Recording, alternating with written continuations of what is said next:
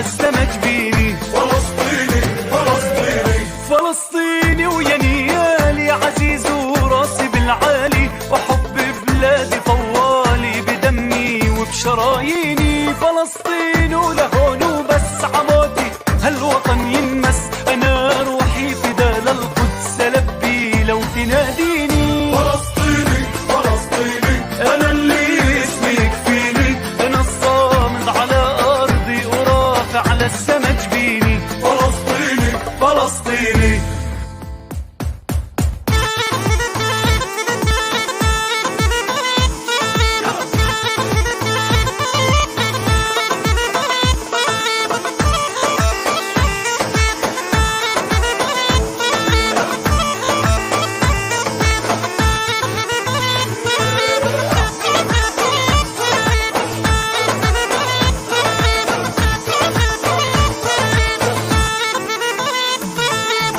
ولا بنساك يا بلادي، يا أرضي وأرض أجدادي. كتبت اسمك على الوادي، على كل قرية ومدينة، على عهد الوطن فيه سماي وأرض حرية، على من المي للمي على التراب الفلسطيني. فلسطيني فلسطيني أنا اللي اسمي يكفيني، أنا الصامد على أرضي ورافع على السما جبيني. فلسطيني يلا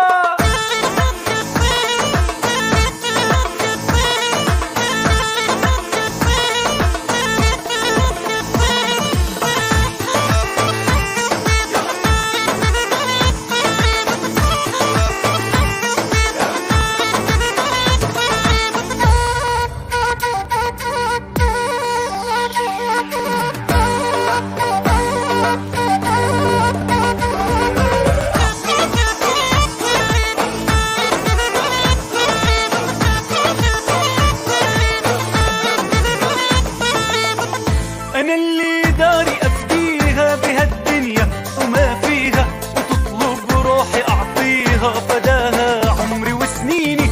فلسطيني رايتنا وقوتنا وحدتنا بهالكوفية عزتنا، يا بي محلاها بيداني. فلسطيني فلسطيني أنا اللي اسمي يكفيني، أنا الصامد على أرضي ورافع على السما جبيني. فلسطيني فلسطيني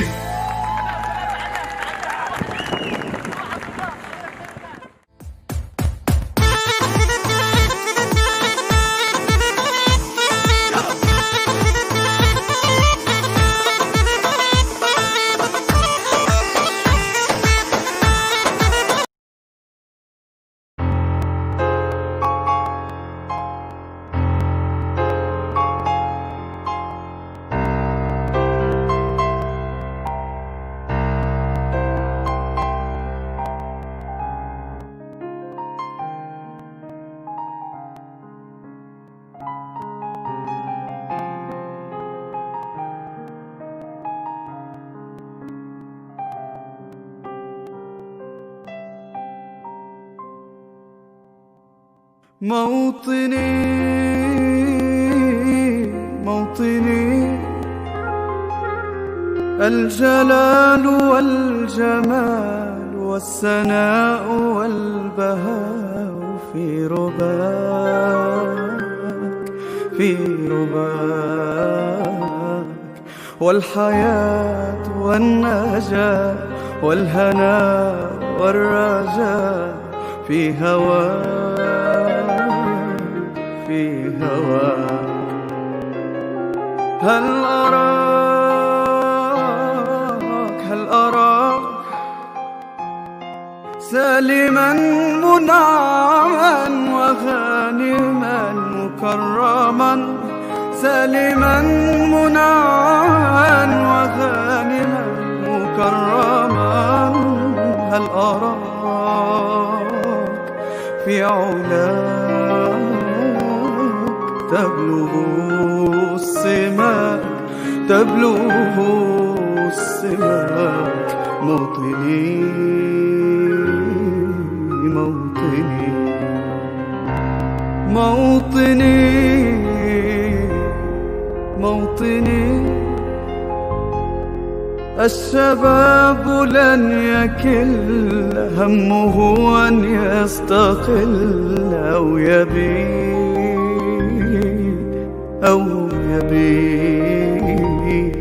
نستقي من الردى ولن نكون للعدا كالعبيد لا نريد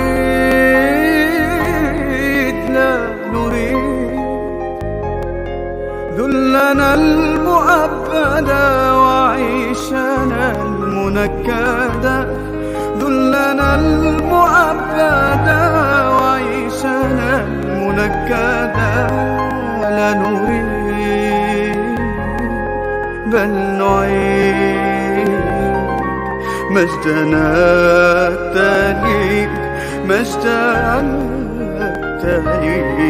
موطني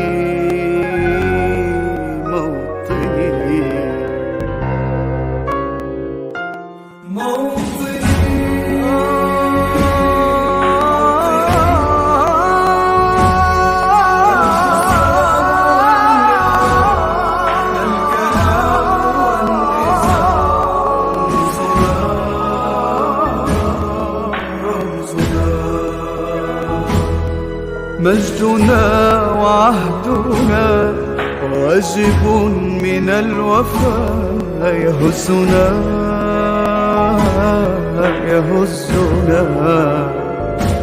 عزنا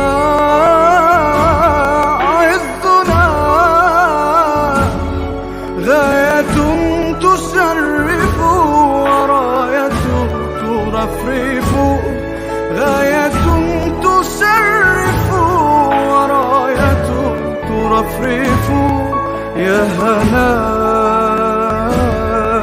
في علاك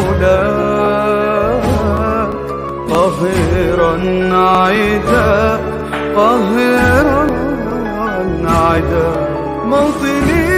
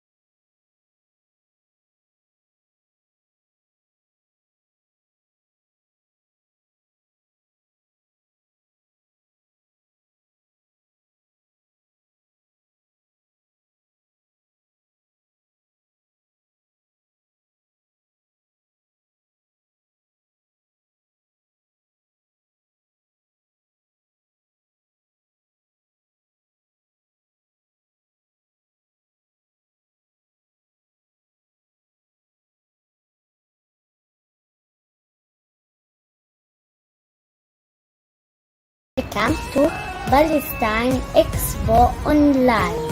يا بنت كنعان رشيها الدار بريحان يلا تنغني ألحان بهالقعدة الشلبية لما نتلاقى سوا قعدتنا فلسطينية والهوى محلى الهوى علشانك يا صبية.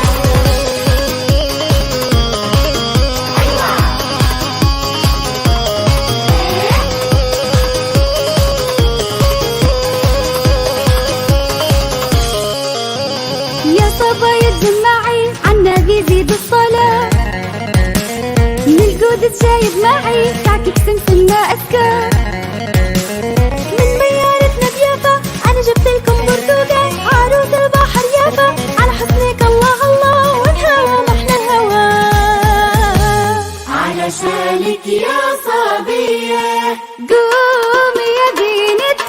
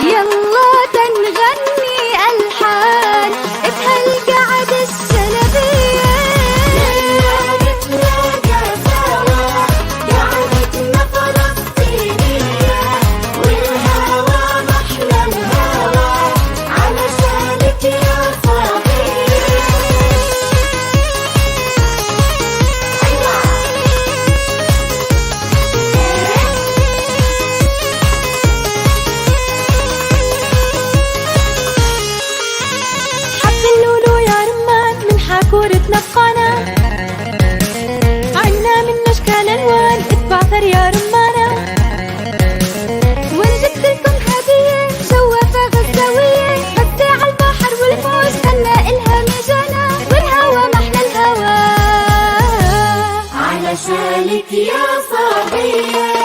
قومي يا بنت كنعان، بنت كنعان، رشي هالدار بريحان، بريحان، يلا تنغني ألحان بغلقان الشلبية. يلا نتلاقى سوا قعدتنا فلسطينية، والهوى محلى الهوى علشانك يا صبية.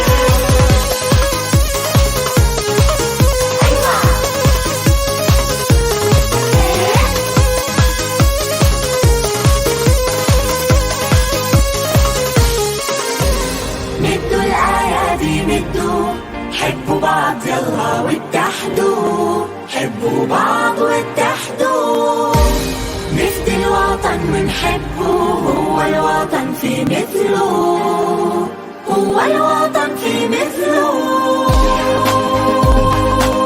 يلا يلا يلا مدوا الأيادي مدوا، حبوا بعض واتحدوا سوا، بنحقق كل الأماني، نفدي الوطن ونحبه، هو الوطن في مثله، ونألف له النشيد ونغني له الأغاني. Now hold hands of each other, come all love one another, unite and make all wishes come true. For our homeland we sacrifice, there is no other place as nice. We ride bones for it and singing for it too.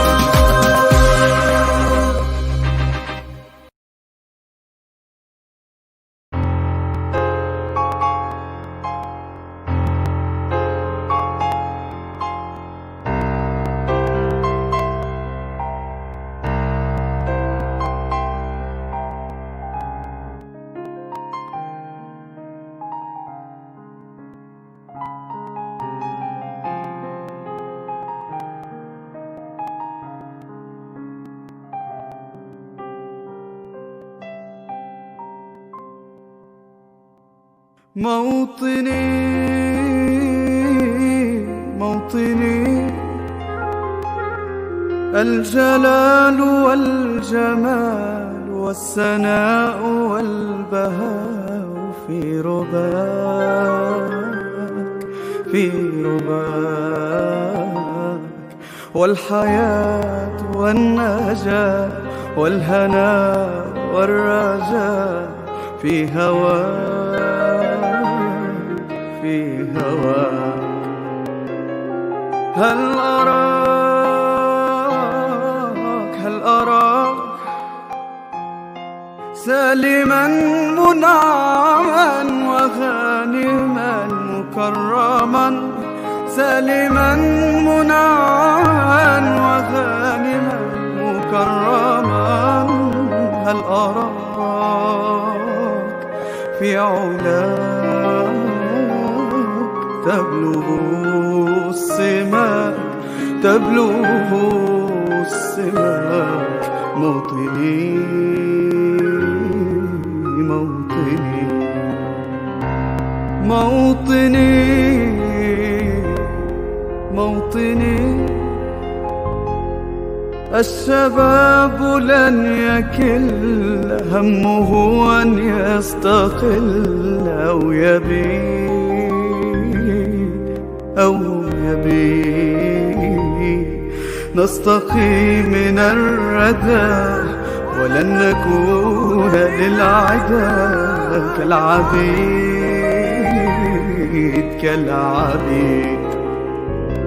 لا نريد، لا نريد ذلنا المؤبدا وعيشنا المنكدا، ذلنا المؤبدا وعيشنا المنكدا. لا نريد بل نعيد مجدنا التاريخ، مجدنا التاريخ. موطني موطني موطني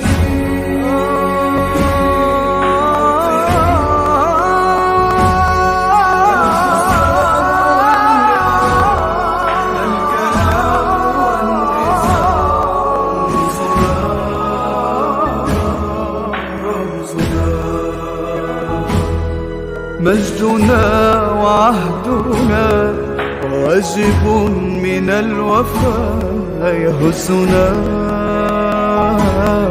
يهزنا عزنا عزنا غاية تشرف وراية ترفرف غاية تشرف وراية ترفرف يا هناك في علاك قاهرا عدا قاهرا عدا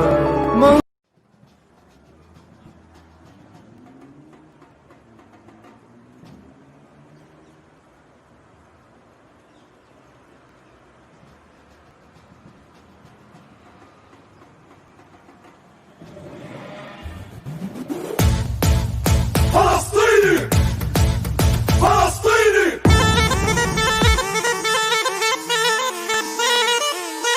فلسطيني فلسطيني أنا اللي اسمي يكفيني أنا الصامد على أرضي ورافع على السما جبيني فلسطيني فلسطيني فلسطيني فلسطيني أنا اللي اسمي يكفيني أنا الصامد على أرضي ورافع على السما جبيني فلسطيني فلسطيني فلسطيني ويا نيالي عزيز وراسي بالعالي وحب بلادي طوالي بدمي وبشراييني فلسطين ولهون وبس عموتي هالوطن ينمس أنا روحي فدا للقدس لبي لو تناديني فلسطيني فلسطيني أنا اللي اسمي يكفيني أنا الصامد على أرضي ورافع على السما جبيني فلسطيني فلسطيني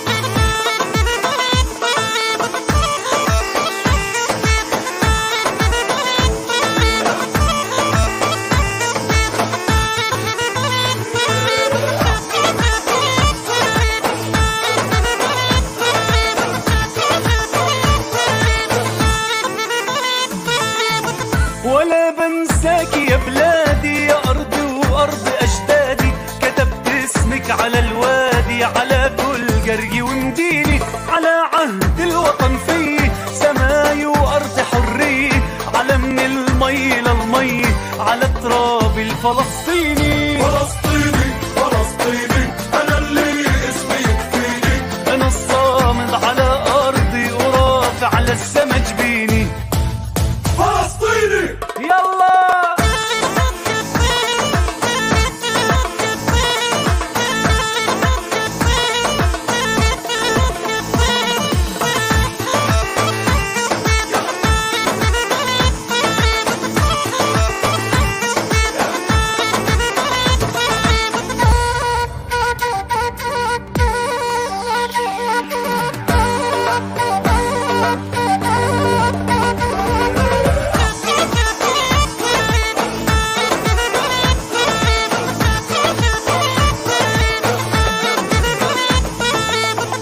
أنا اللي داري أفديها بهالدنيا وما فيها وتطلب روحي أعطيها فداها عمري وسنيني فلسطينية رايتنا وقوتنا وحدتنا بهالكوفية عزتنا يا بي محلاها بيداني فلسطيني فلسطيني أنا اللي اسمي يكفيني أنا الصامد على أرضي ورافع على السما جبيني فلسطيني فلسطيني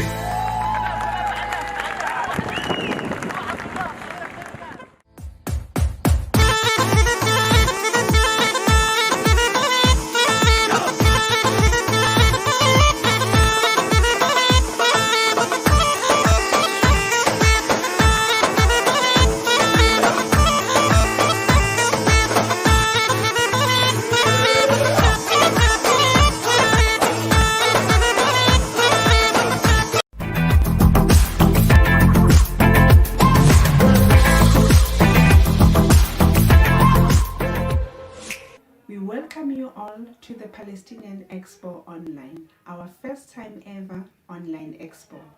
The pandemic of COVID-19 is forcing us to change the way we do things, but luckily, we don't have to stop the solidarity work. Palestine Expo Online, hosted by Palexpo and supported by Africa for Palestine. Thank you all for the continued support and solidarity of Palestine.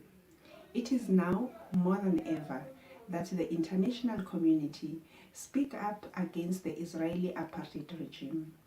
It is now more than ever that we support justice for the people of Palestine and speak up against the injustice of Palestine by the apartheid system of Israel, and let the international law prevail. Africa for Palestine understands too well the brutality that the Palestinians go through. South Africa was once in the same situation, and through the international solidarity, we overcame it. Palexpo and Africa for Palestine, thank you all for joining in and watch the Expo online from the 4th to the 5th of July. Support Palestine and support the Palestinian Expo online. Thank you.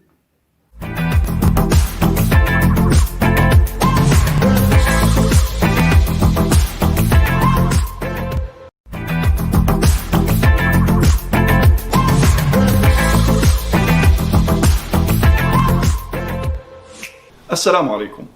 On behalf of the American Muslims for Palestine, I would like to welcome you all to the largest Palestine event online to date.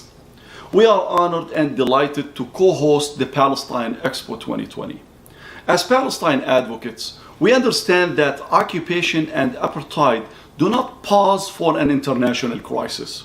On the contrary, Israel's illegal occupation and siege have made Palestinians even more vulnerable given the long-standing healthcare inequalities they suffer. Enabled by the United States and the complicity or the hesitation of the international community, Israel does not miss an opportunity to further its aggression against the Palestinian people. The Netanyahu government's threat of massive land theft through annexation in the occupied West Bank is only another example. The Trump administration has accepted the role of being a conduit to impose the ideology and the political agenda of the extreme Zionist right wing on Palestinians. This was clearly demonstrated through the so-called deal of the century that was announced by Trump earlier this year. The implicit intent here is the erasure of Palestine. However, the Palestinian people are resilient and their will is unbreakable. The good news, though, is that they are not alone in their struggle against the Israeli apartheid regime. In America, in Europe, and in many parts of the world, people are rising up against all forms of systematic and institutionalized discrimination and oppression. Calls for freedom, justice, equality, and dignity are being echoed internationally. Palestine is no exception. It is on the agenda of the civil rights movement worldwide. The civil rights leader icon Martin Luther King Jr. once said, quote, "Oppressed people cannot remain oppressed forever. The yearning for freedom eventually manifests itself," end quote. Since oppressors do not cease their oppression during a pandemic, neither will we cease our efforts to achieve justice. The people of Palestine refuse to be defeated by a brutal occupation, and we will not be defeated by a virus.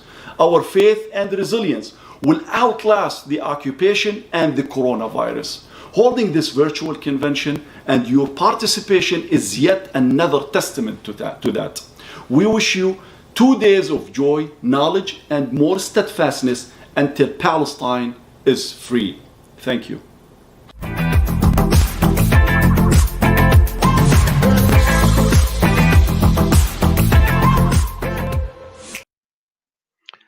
Assalamu alaikum wa rahmatullahi wa barakatuh. Welcome again to Palestine Expo. This is our 3rd year of running the event. Unfortunately, because of the pandemic, we have to invite you through social media and online, But I hope your warmth and your dedication and your love will inspire the same sentiments and emotions as it did in the past couple of events when we were together live. But nevertheless, Palestine Expo so far, this is our second day. We have been very, very successful, and I would like to thank everybody who joined us in the first day, and we hope that more people will join us today. I would also like to thank the speakers who have come from right across the globe, from South Africa, United States of America, from Palestine, and in Europe. Together with your efforts, really you make possible Palestine Expo, but in particularly, Palestine Expo is successful because of the thousands and thousands of people who join us every week and every year to make sure that we are successful and bring the message of Palestine to the wider audience. I would also like to thank the team this year, and particularly the IT team, who has been absolutely tremendous and central to make sure that Palestine Expo is delivered to the wider audience. So thank you very much for your great effort, the FOA team and Palestine Expo team and the IT team. But on the wider issue that why we are here and why we have to do Palestine Expo. Remember, Palestinians, it's 72 years since their Nakba, 53 years since the occupation of Jerusalem and West Bank, 13 years since the siege of Gaza. Palestinians are suffering in every aspect of their life. Their territory has been reduced from what it was to merely less than 12%. Of the original territory. Over 6 million Palestinians have been made refugees. Palestinians are denied the right of movement.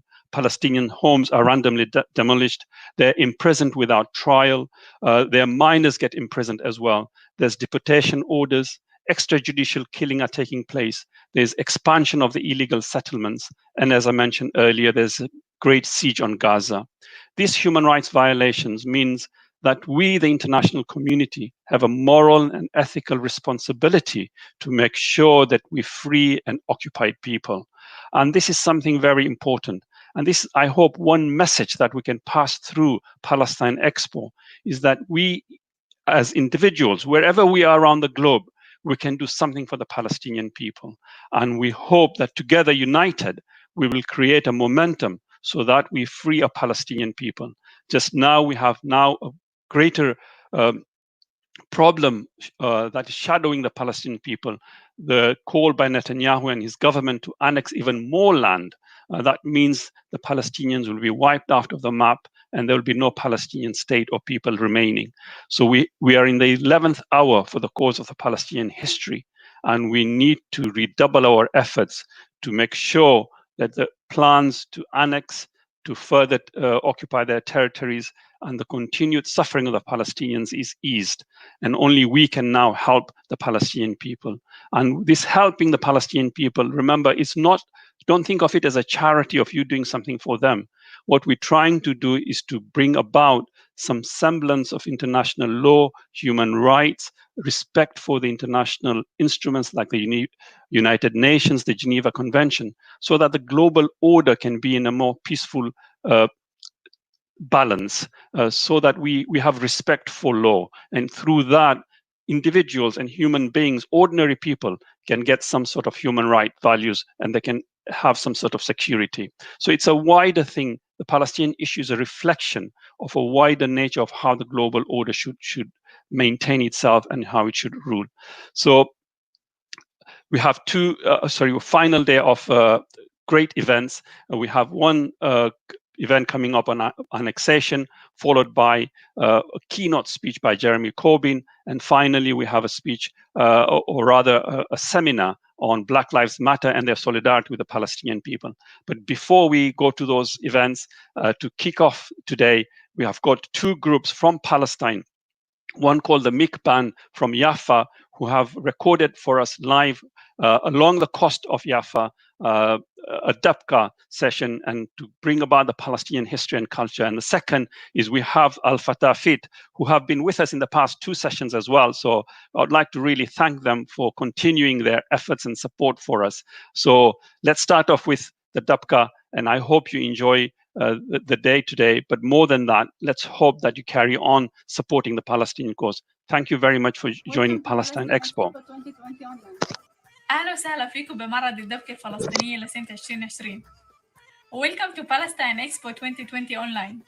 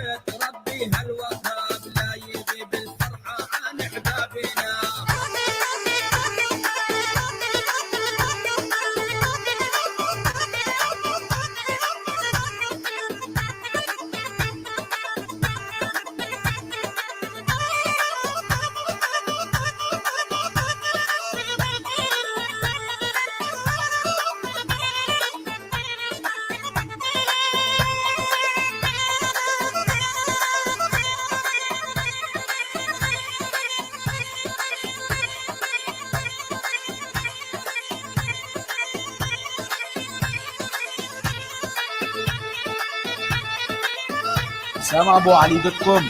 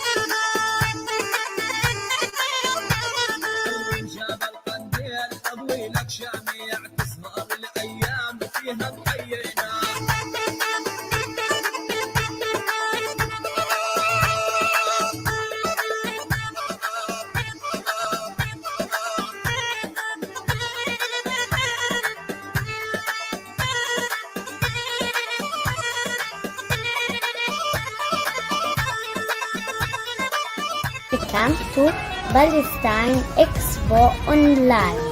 يا بنت كنعان بنت كنعان رشيها الدار بريحان بريحان يلا تنغني ألحان بهالقعدة الشلبية يلا نتلاقى سوا قعدتنا فلسطينية والهوى محلى الهوى علشانك يا صبي.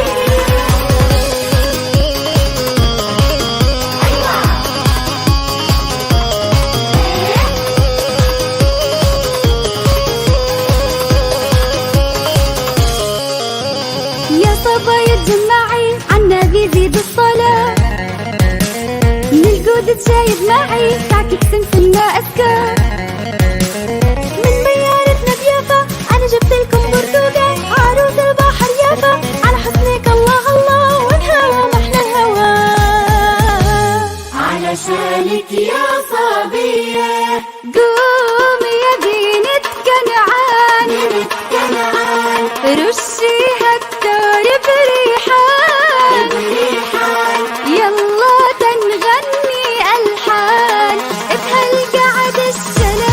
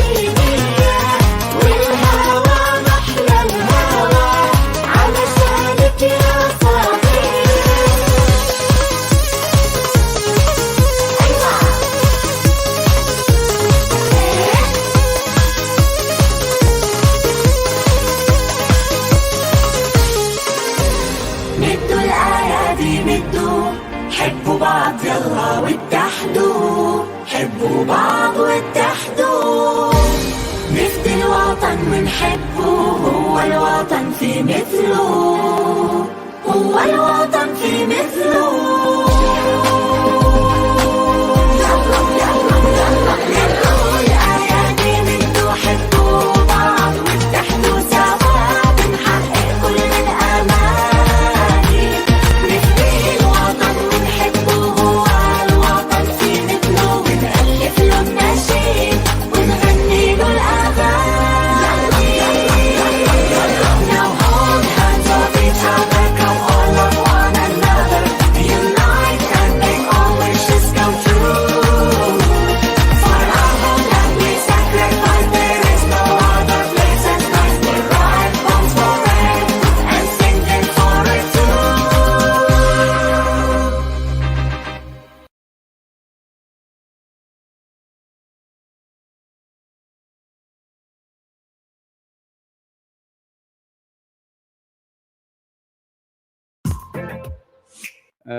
Hello, everybody. I'm Hamdi Aburahma. I'm a Palestinian photojournalist. I live in Belayin village. Belayin village, as many of you know, like this village is located in the West Bank. And you can see here I'm sitting where you can see all the occupation, the Israeli apartheid wall, the illegal settlements. And also this land where I'm sitting right now is a land which area C is like we cannot build our houses and we sometimes it's very difficult for us to cross this land. Second, like many of you know about my job or my work, as I was in London before, and I give my exhibition, my photo exhibition there, and I talk about the situation in Palestine. Well, my work is focused more or focus about the occupation and the legal occupation and what the Israeli illegal occupation doing in our land. And here is like my village is like like small example of what you can see and what is happening in Palestine. Here you can see how the Israeli put our Palestinian people in cage, and you can see how they surround them by walls and by settlements, and they don't let them to cross or to go where they want as any person, as any human, and we don't have our right as the people who live in your place in London, in England, where to go where you want, because every time you move, every time you go, like they will check you. You have so many difficulties in the life. And secondly, like why I started this work and what I face with this being as a Palestinian photojournalist or journalist who report or who show what is happening here. It's really very difficult because I have been shot many times, sometimes arrested, sometimes beaten by the Israeli occupation, because Israel actually doesn't want someone like me to send or give you like the real picture or the real image of what's happening here. And I stand on this work, because I see this is what the right thing for me to do against the occupation, to show all the world who doesn't understand what is happening now. What we see, in the media, now they don't speak about Palestine. They almost remove Palestine from the map. They remove, even they are going now to remove the West Bank, to, to take the West Bank also. And this is like what the Palestinian face, like they are, taking our land slowly, stealing the land. And now, like in the time, what we are going like through now, and I'm deeply sad because I cannot also be there, because also like also in the time where the coronavirus, Israel is keeping and continuing the occupation and continuing to steal the land from the Palestinian and the farmer here. And like what I see, like my work and the part of work is very important. I carry like a very heavy message, like from like what I see here, to send it outside, to send it to all of you there, to speak and explain about what I have, like what I see every day.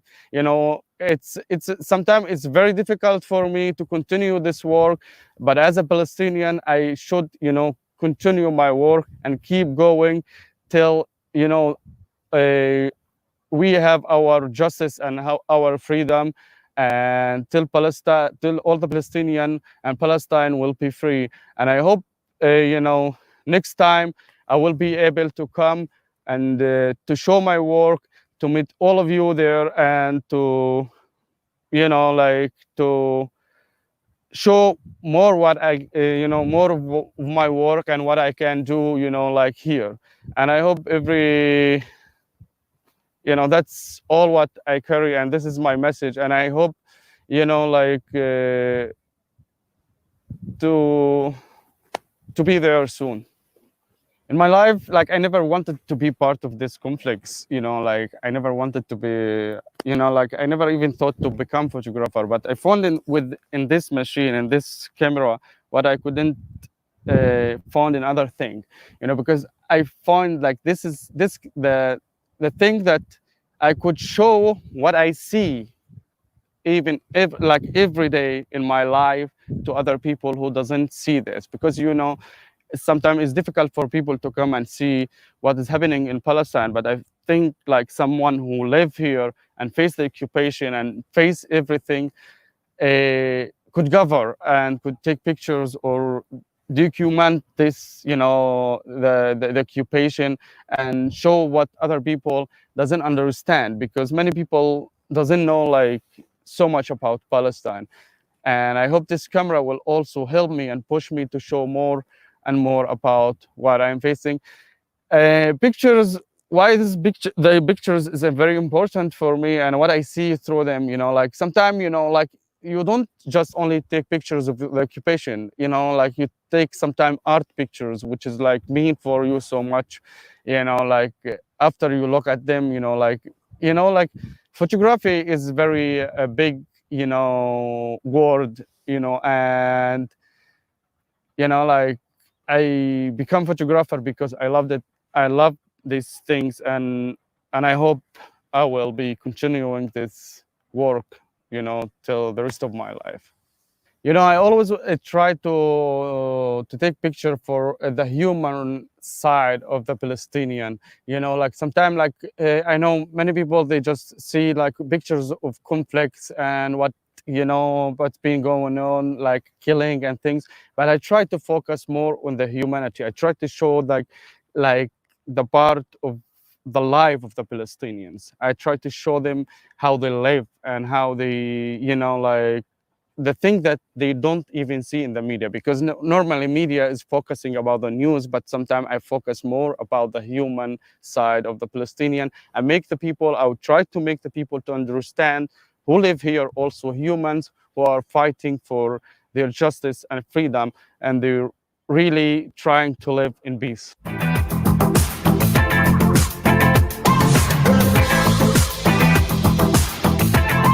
Welcome to Palestine Expo Online. يا بنت كنعان رشيها الدار بريحان يلا تنغني ألحان بهالقعدة الشلبية يلا نتلاقى سوا قعدتنا فلسطينية والهوى محلى الهوى علشانك يا صبي.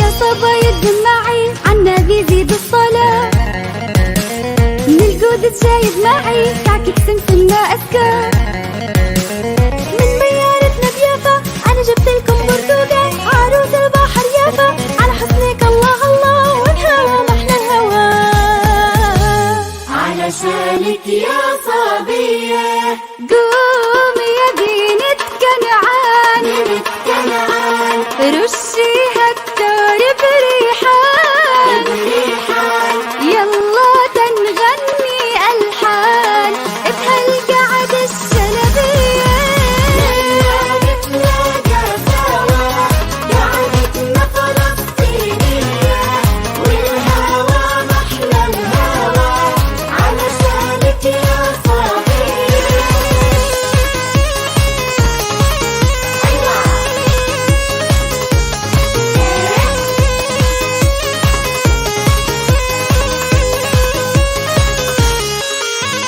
حط اللولو يا رمان من حاكورتنا بقانا عنا من أشكال ألوان اتبع ثر يا رمانا وجبت لكم هدية جوافة غزاوية غزة عالبحر والموج غنى إلها مجانا والهوا محلى الهوا علشانك يا صبية. قوم يا بنت كنعان رشيها الدار بريحان يلا تنغني ألحان بهالقعد الشلبية نتلاقى سوا قعدتنا فلسطينية والهوى محلى الهوى علشانك يا صبية.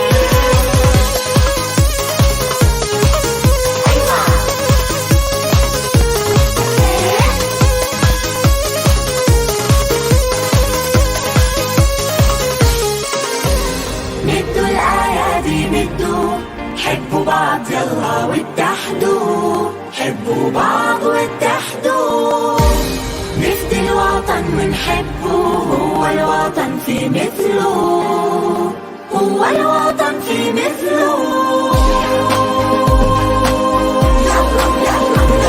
مدوا الأيادي مدوا حبوا بعض واتحدوا سوا بنحقق كل الأماني نفدي الوطن ونحبه هو الوطن في مثله ونألف له النشيد ونغني له الأغاني. Now hold hands of each other, come all love one another, unite and make all wishes come true. For our homeland we sacrifice, there is no other place as nice. We ride bombs for it and sing them for it too.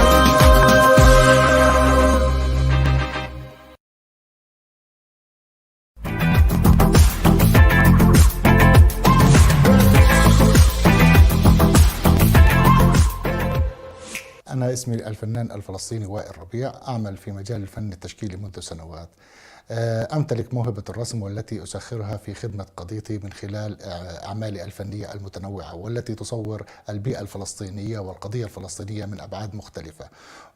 فمن هذه الأمور أدعو دائما إلى تحسين وضعنا من حيث إبراز التراث الفلسطيني ومن حيث إبراز الهوية الفلسطينية والقضية الفلسطينية على كافة المحافل، وهذا الموضوع دائما يشغل بالي من خلال أعمالي حتى نكون كشعب فلسطيني يخضع تحت الاحتلال حاضرين في كافة المحافل المحلية والدولية في أحسن وجه وأحسن صورة. من أعمال الفنية التي أعتز بها لوحتي التي ترونها من خلفي، وهي تحت عنوان الوعد القديم، وهذه اللوحة سعيت من خلالها أن أثبت الوعد الفلسطيني، وعد الشعب الفلسطيني للأرض الفلسطينية المباركة بأننا قد حسمنا هذا الموضوع ما بيننا وبين هذه الأرض، فإما نكون عليها وإما نكون تحتها، ونقول لك يا أرضنا الحبيبة بأننا لن نتركك لن نغادرك، إن فعلها أجدادنا قصرا فإننا باقون هنا، إما أحياء فوقها وإما أمواتا شهداء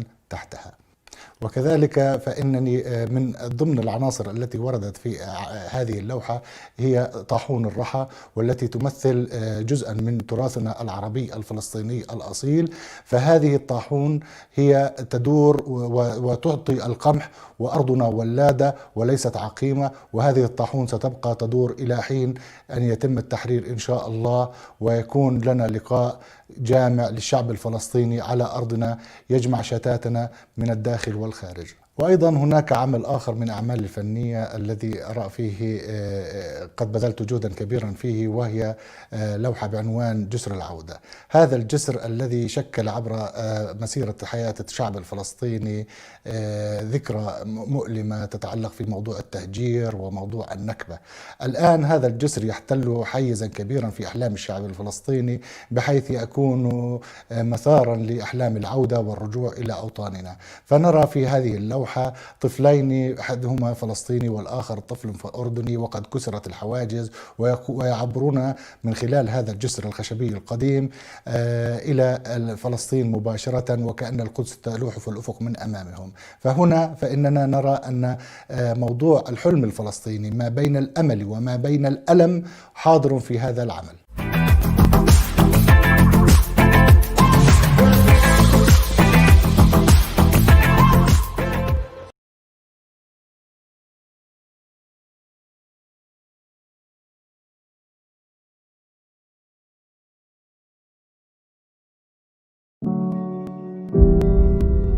هكذا عرفتها انتربال. رأيت فيها أبا رحيما ليتيم فقد حضن أب حاني. رأيت فيها أما حانية لطفل فارقته عناية أم رؤوم. رأيت فيها ولدا بارا لمسن أنهكته سنين الحياة، وبيتا آمنا لأناس يقاسون برد الشتاء وحر الصيف.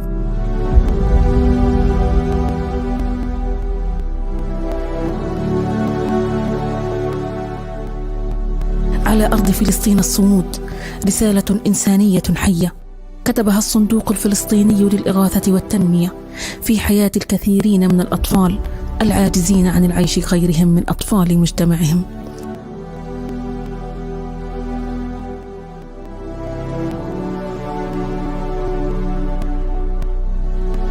أمل جديد نسج الصندوق خيوطه من أجل إحياء السعادة في قلوب المساكين والفقراء.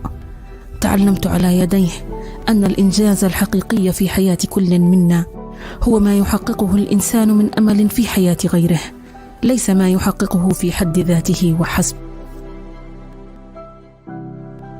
في العام 2011 رحلة عطاء بدأت أشق طريقها لأغدو في ظل وظيفتي، وفي العام 2015 منسقة تنفيذ مشاريع الصندوق الفلسطيني من خلال مركز خدمات الخير التابع للجمعية، والذي تم إنشاؤه بتمويل من الصندوق في العام 2013 ليشرف على 7 مكاتب شركة متفرقة في أنحاء المحافظة. ومنذ ذلك الحين والعزيمة والإصرار يرافقان خطوات متسارعة نحو تحقيق ما هو أفضل ورسم خطوط السعادة في حياة الضعفاء. هكذا عرفتها انتربال، وهذا ما تعلمته في مسيرتي في ظل عطائها. شكرا للصندوق الفلسطيني الذي جعل مني باب أمل وسعادة لا يرد مستغيثا.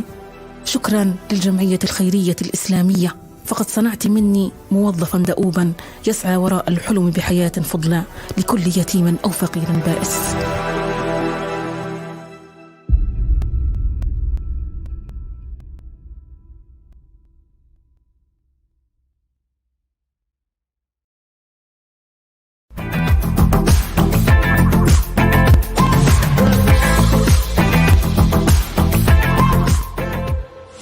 My name is Jahan Al-Farra and I'm co-chair of the Palestinian History Tapestry Project. The History Tapestry is a growing work of beautiful traditional Palestinian embroidery which has been the handicraft of Palestinian women for centuries, and it's become a valuable way of keeping Palestinian heritage and identity alive.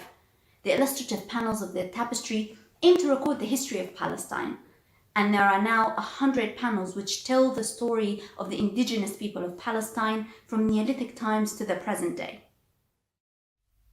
Some folkloric panels and spacers illustrate Palestinian heritage and culture, such as the traditional Palestinian wedding panel, which displays a typical Palestinian country wedding with its rituals, the Dabka folk dance, the bride on a horse, and traditional music. The Henna party panel shows a traditional celebration which takes place on the night before the wedding day, when women from the bride's family and her friends gather to sing, dance, and apply temporary tattoos with henna, which is a plant dye. The women are seen wearing traditional hand-embroidered dresses, with that of the bride being the most beautiful. Other panels reflect life under Israeli occupation post-1948 and carry symbols of sumud, or steadfastness. This spacer panel, Steadfast, was stitched by a young Palestinian woman, Samar al-Hallaq, in solidarity with female Palestinian detainees in Israeli jails shortly before she was killed in an Israeli airstrike in Gaza during the 2014 summer offensive, along with her 2 sons and unborn baby.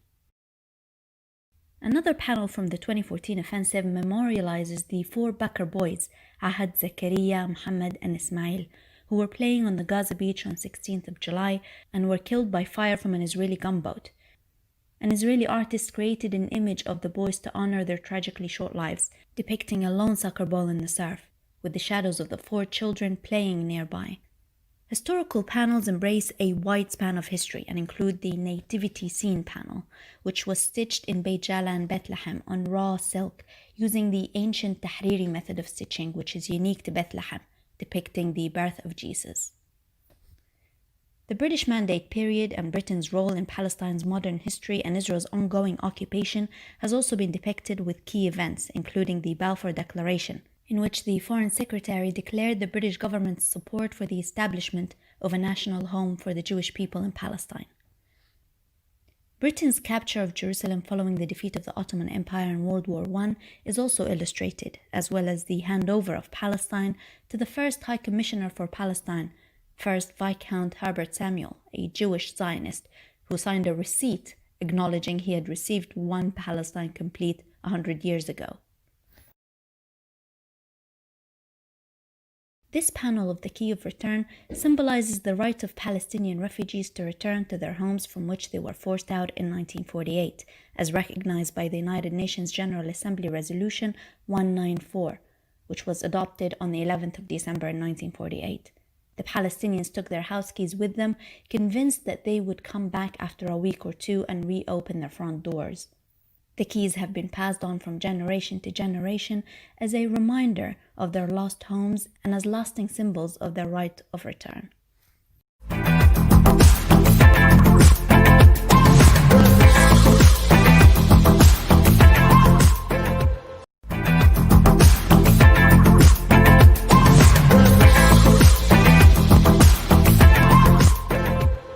Welcome in Expo Palestine. I am Irina Naji, Palestinian artist from Gaza.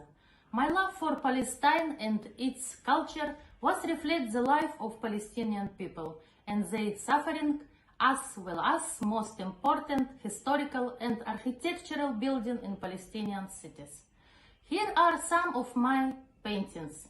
My first work, Olives of Jerusalem. In 2012, while attending to an exhibition in Ramallah, I visited Jerusalem for the first time, walked in its streets, saw its holy places, and touched the olive trees. This visit inspired me to make many paintings of Jerusalem, and this is one of them. This is my second work, The Stolen Land. As artists, we must show the world the suffering of the Palestinian people. This work is about Gaza, which is sieged and surrounded by walls and barbed wires. If you look at the painting, you can see a father telling his sons about destroyed houses and about the Nakba in 1948. My third work, Palestinian Madonna. In this painting you can see a young mother with her child. She is wearing the Palestinian traditional dress and smiling with a hope that her child will grow to live in free Palestine. I want to say thank for all the participants and organizers of the event.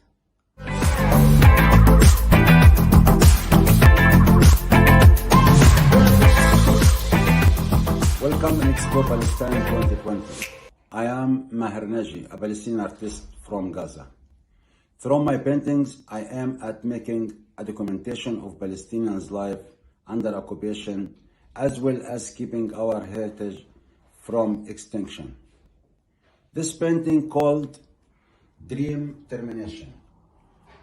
It documents the death of the 14 years old Mohammed Ayub, who was participating in the border protests in Gaza, which is called March of Return. Mohammed was shot in the head by Israeli soldiers.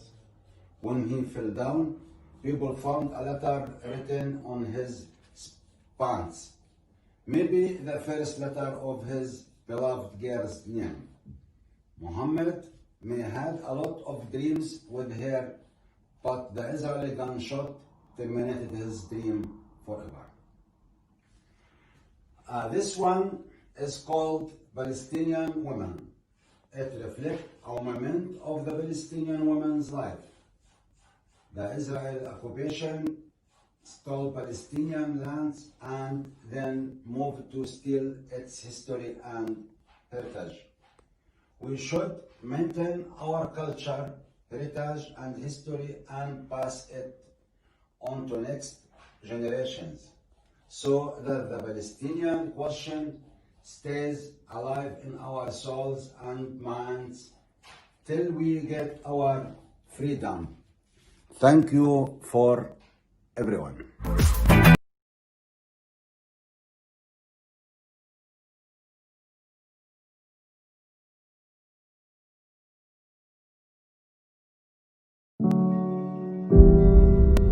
هكذا عرفتها انتربال. رأيت فيها أبا رحيما ليتيم فقد حضن أب حاني. رأيت فيها أما حانية لطفل فارقته عناية أم رؤوم. رأيت فيها ولدا بارا لمسن أنهكته سنين الحياة، وبيتا آمنا لأناس يقاسون برد الشتاء وحر الصيف.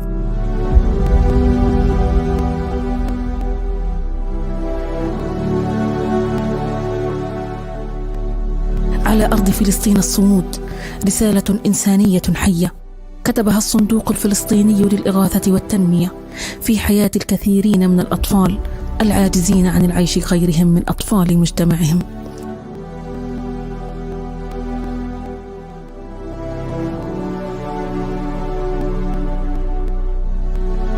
أمل جديد نسج الصندوق خيوطه من أجل إحياء السعادة في قلوب المساكين والفقراء. تعلمت على يديه أن الإنجاز الحقيقي في حياة كل منا هو ما يحققه الإنسان من أمل في حياة غيره، ليس ما يحققه في حد ذاته وحسب. في العام 2011 رحلة عطاء بدأت أشق طريقها لأغدو في ظل وظيفتي، وفي العام 2015 منسقة تنفيذ مشاريع الصندوق الفلسطيني من خلال مركز خدمات الخير التابع للجمعية، والذي تم إنشاؤه بتمويل من الصندوق في العام 2013 ليشرف على 7 مكاتب شركة متفرقة في أنحاء المحافظة. ومنذ ذلك الحين والعزيمة والإصرار يرافقان خطوات متسارعة نحو تحقيق ما هو أفضل ورسم خطوط السعادة في حياة الضعفاء. هكذا عرفتها انتربال، وهذا ما تعلمته في مسيرتي في ظل عطائها. شكرا للصندوق الفلسطيني الذي جعل مني باب أمل وسعادة لا يرد مستغيثا. شكرا للجمعية الخيرية الإسلامية، فقد صنعت مني موظفا دؤوبا يسعى وراء الحلم بحياة فضلى لكل يتيم أو فقير بائس.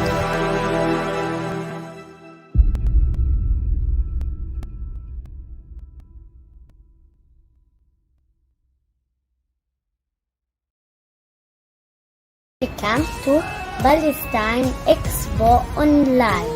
يا بنت كنعان بنت كنعان رشيها الدار بريحان بريحان، يلا تنغني ألحان بهالقعدة الشلبية.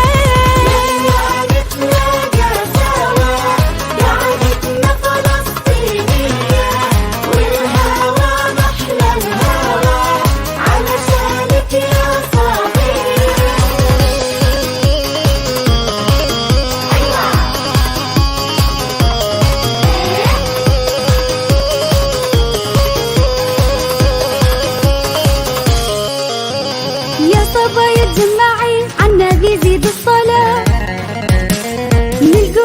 الجايب معي كعكة سمسم ما أذكر.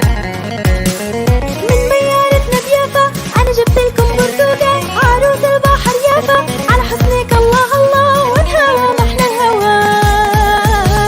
علشانك يا صبية قومي يا بنت كنعان، رشيها الدار بريحان، يلا تنغني ألحان بهالقعدة الشلبية.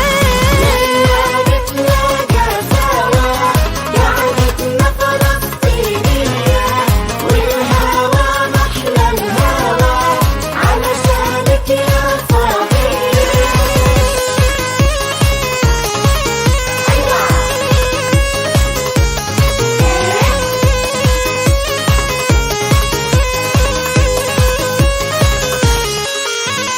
حب اللولو يا رمان من حاكورتنا بقانا، عنا من أشكال ألوان اتبعثر يا رمانا.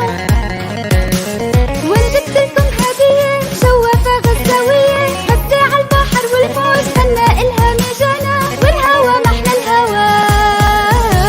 علشانك يا صبية قومي يا بنت كنعان، رشيها الدار بريحان، يلا تنغني ألحان بهالقعدة الشلبية. نتلاقى سوا قعدتنا فلسطينية، والهوا محلى الهوا علشانك يا صبية.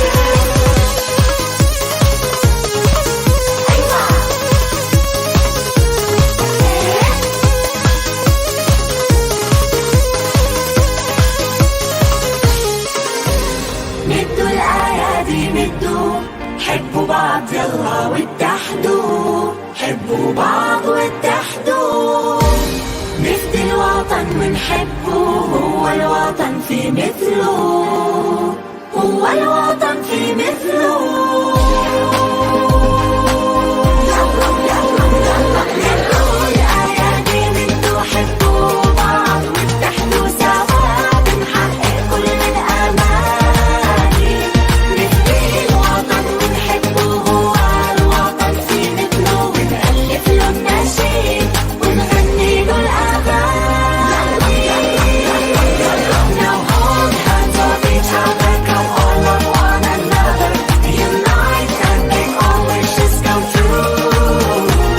For our homeland we sacrifice, there is no other place as nice. We ride bombs for it and sing them for it too.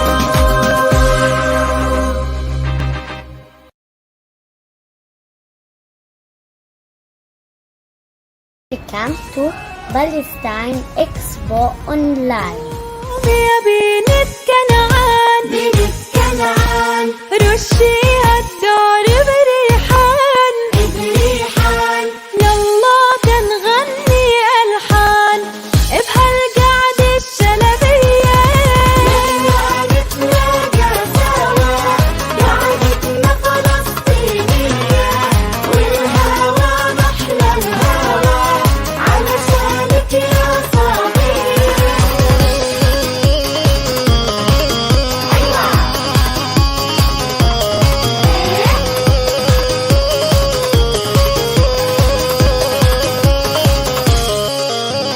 يا صبا يتجمعي عنا بيزيد الصلاة، من القدس جايب معي كعكة سمسم ما أذكر.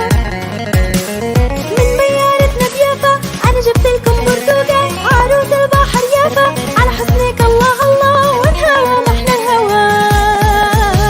علشانك يا صبية قومي يا بنت كنعان، رشيها الدار بريحان، يلا تنغني ألحان بهالقعدة الشلبية. نتلاقى سوا قعدتنا فلسطينية، والهوا محلى الهوا علشانك يا صبية.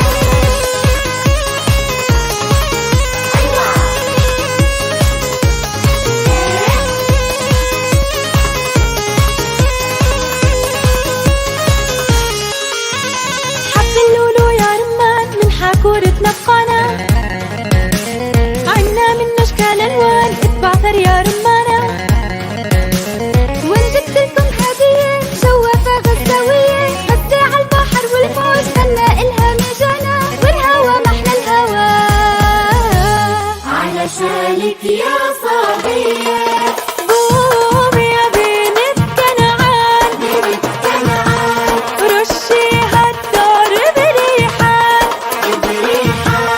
يلا كنغني ألحان بهالدار الشلبية يلا نتلاقى سوا قعدتنا فلسطينية والهوى محلى الهوى علشانك يا صبية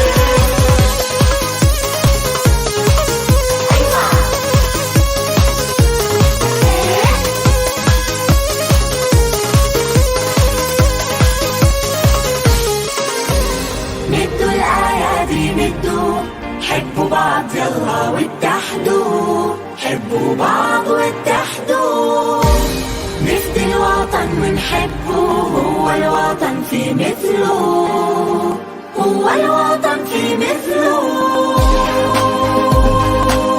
يلا يلا يلا مدوا الأيادي مدوا حبوا بعض واتحدوا سوا بنحقق كل الأماني نفدي الوطن ونحبه هو الوطن في مثله ونألف له النشيد ونغني له الأغاني Now hold hands of each other, come all love one another, unite and make all wishes come true. For our homeland we sacrifice, there is no other place as nice. We ride bombs for air and sing them for it too.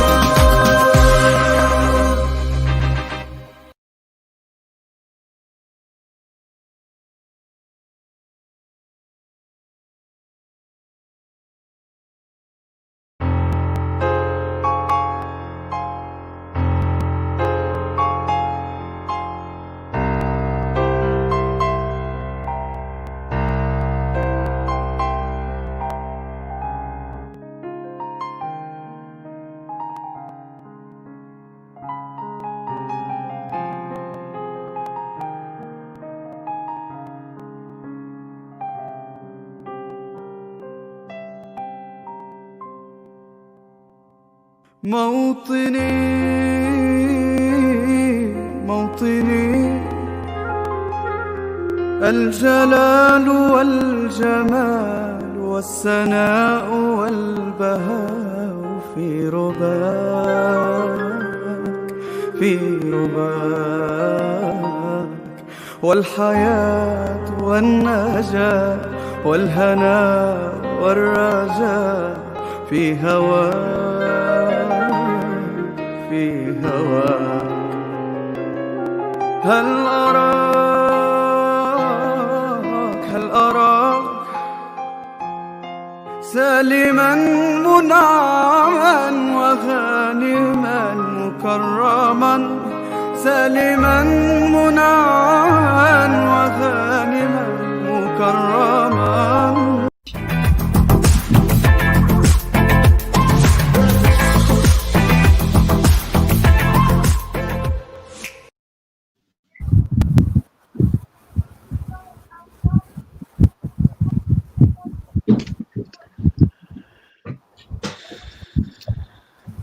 Hey, Gideon. Hi, Daniel. Hey. You look very well. Thank you so much. So do you. I was fishing for that, Gideon. But you promised to take off your shirt, didn't you? No. I'll be having a shower while you're speaking. Oh, my goodness. I can't think about something more interesting than this.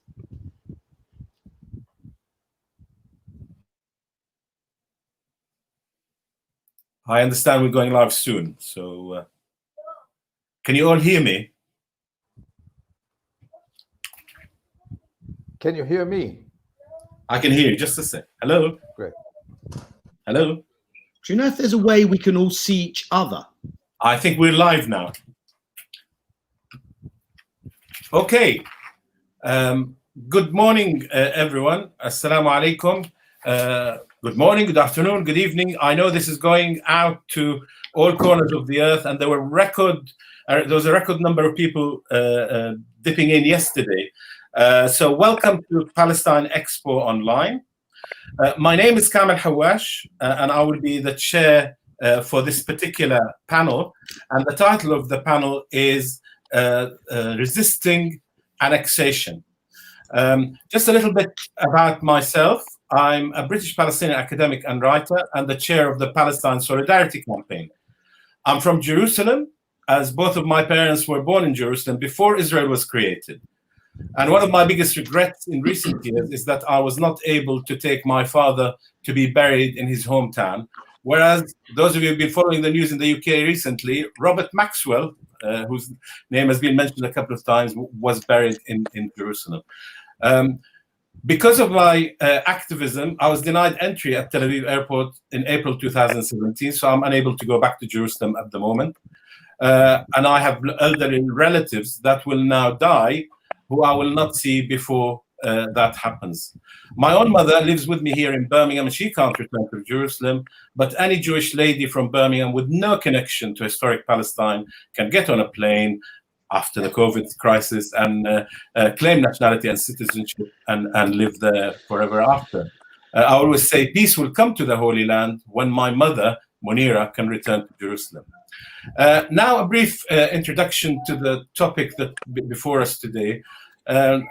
In a way, I think Netanyahu must have been sitting back in his chair in his office and looking out of the window and thinking, I've got everyone preoccupied with talking about annexation, and he did.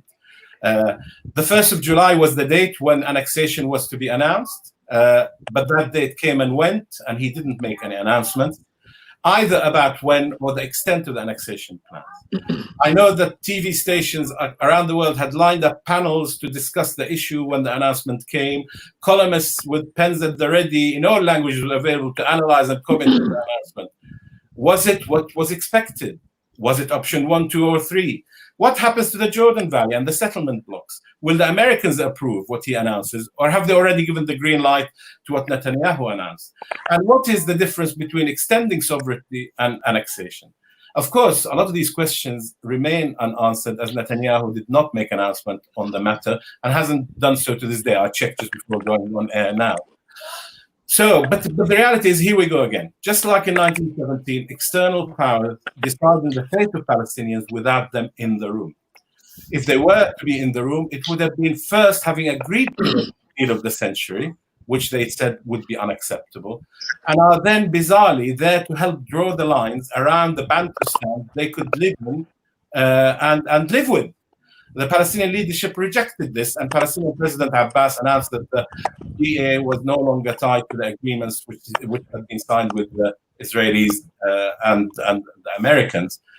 There were a couple of rallies in terms of reaction in the Jordan Valley. The PA government tried to hold a weekly meeting in the Jordan Valley, but they were met with occupation.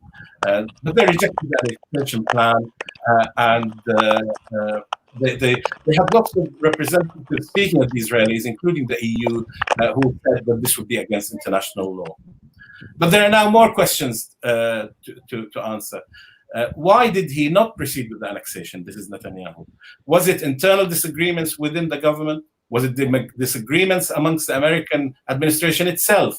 Friedman, the American ambassador in Israel, with the others?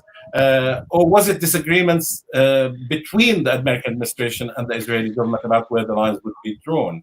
Or was it the warning from Jordan that it would put the peace treaty in jeopardy? Was it the PA withdrawing from all the agreements, including the security coordination? Or was it the warning not to proceed, or was the warning not to proceed that came from all corners of the earth, except, of course, the US and the settlers who wanted more? Or was it Boris Johnson's op-ed in Yedot Ahronot? There was a letter in terms of reaction in the UK signed by 140 UK parliamentarians, which for the first time included the S word, sanctions, for the first time. And more recently, Shadow Foreign Secretary Sanandi talked about banning settlement goods as if you like, a reaction from the UK if this went ahead. Over 1,000 European parliamentarians signed a letter against annexation, but of course the EU talked the talk, but there were no indications of any sanctions. The situation in America is changing, as I'm sure we'll hear from some of our speakers, in that US congressmen and women were signing statements not only against the annexation, but actually questioning whether the aid that Israel receives should be without any strings attached. We must remember that this was not the first annexation in the history of the conflict. Yesterday, in the session that talked about Jaffa, we were reminded that Jaffa was a city in its own right, a very vibrant city, but it was sort of annexed by Tel Aviv. We also, in the run-up to the annexation, Palestinians were telling us very clearly, please don't forget to remind people that East Jerusalem was annexed, and we do not accept that. We reject that to this day. So even if we stop this annexation, that isn't the end of the story. So coming to the panel now. So the title is Resisting Annexation, and I will be asking each of the panelists to, give us their thoughts about the whole thing, but also this issue about how each thinks this annexation could be resisted in the long run. And we really do have a fantastic panel here. We have Gideon Levy, and I'll introduce each speaker in a minute, who is going to look at the annexation as a wake-up call to the world. Waddah Khanfar, who will look at it from perhaps a regional Arab and Muslim perspective. Yusuf Jabarin will look at it from a perspective perhaps of Palestinian citizens from within 1948, and maybe why Netanyahu delayed the announcement, though others will pick that up as well. Daniel Levy will remind us that this isn't about just real estate, i.e. the land, it's about values, which is really something we need to remember. And Diana Butta, who will be joining us as well, will conclude with her remarks on what should happen now. Each speaker will have 10 minutes to present their talk, and once they've all spoken, we'll have a Q&A session, and I have the privilege of picking the questions, so please send lots of questions in. I have my own questions to hand, but I will be looking to the questions from our very large audience. So please put your questions on Twitter, Facebook, and YouTube, and the general address you need to remember is @Palestine Expo. So without further ado, our first speaker is Gideon Levy. Gideon is an Israeli journalist and author. Levy writes opinion pieces and a weekly column for the newspaper Haaretz that often focuses on the Israeli occupation of the Palestinian territory. Daniel has won prizes for his article in human rights in the Israeli occupied territories, and I'm really very, very pleased that he is able to join us to give us his thoughts on that. So you have 10 minutes, Gideon. Thank you so much, Kamel. Thank you, my friends. Last year was an unforgettable Expo Palestine for me. I'm so sorry I'm so far away, but it's much better than nothing. Benjamin Netanyahu did it again. He let us down. I had so many hopes and expectations that he will annexate some of the West Bank at least.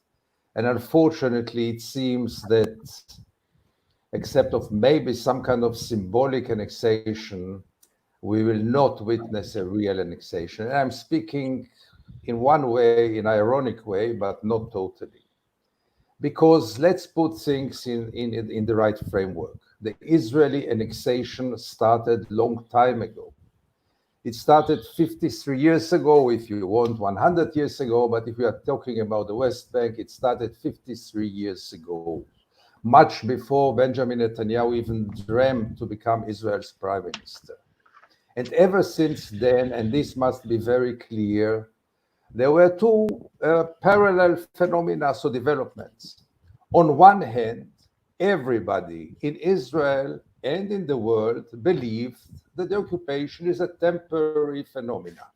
Just Israel will find a Palestinian partner and occupation will be over. It's only lack of a partner. The territories are like a game card for the negotiations, and the occupation is a temporary phenomena. This was very convenient for everybody because they shouldn't do much. I mean, does it really matter if it will be this year or next year? It's around the corner. The end of the occupation is around the corner. At the same time, believing that the occupation is temporary, In Israel, the governments, all the governments, Labour and Likud, the Zionist left and right-wingers, never had for a single moment a real, serious, genuine intention to put an end to the occupation. This must be also very clear. So on one hand, the whole world believes that it's temporary. On the other hand, there is not even the slightest intention to put an end to the occupation. And how do I know?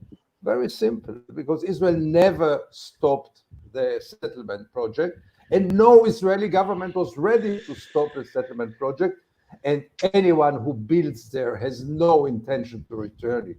We have to face it. So those two parallel developments continued for 53 years, and the world was quite happy about it, because we all paid our lip service for the two-state solution. We all condemned Israel for building the settlements. The world did finance it, did support it, and condemned it. And Israel learned throughout the years to live with it, to live with the condemnations, to live with all the resolution of the international institution. There is not one international institution which didn't condemn the settlement project, which recognized the occupation. Nothing. And for a moment, it seemed that this can last forever. From time to time, there was the Palestinian resistance, bitter, many times violent, totally justified, but unfortunately not successful. Two uprisings did not bring us to any progress. For a moment, I saw that the first uprising had some kind of contribution, because we got into Oslo. But looking backwards, I think most of us would agree that Oslo was another trap, and we all fall into it, including me. Personally, I truly believe that Israel has an intention to go for a change. Oslo had only one purpose: to gain more time, to establish more settlements, and to maintain the occupation on a low level, so it will not create too much resistance. So here we are 53 years after, in maybe one of the lowest moments in the history of Israel and Palestine.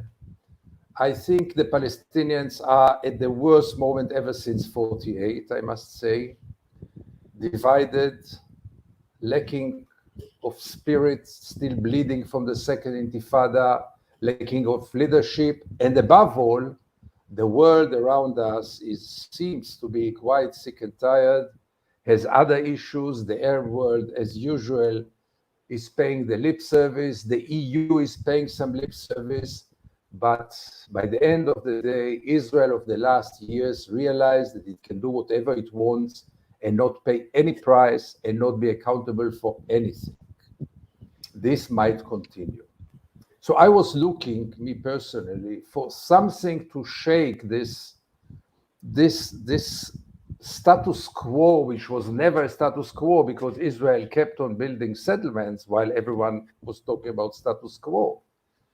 But slowly and gradually, I realized that we reached the point of no return. And again, it will be maybe unpleasant to admit it, but we are there, because with 700,000 settlers, including 250,000 or 200 in East Jerusalem, there is no room for any viable Palestinian state. And it's very clear where it goes. It goes for an apartheid state. We just needed the declaration. We just needed the recognition, the wake-up call, that the world will realize that it is facing another second apartheid state. And for this, annexation can be very constructive, because annexations might put an end to the masquerade.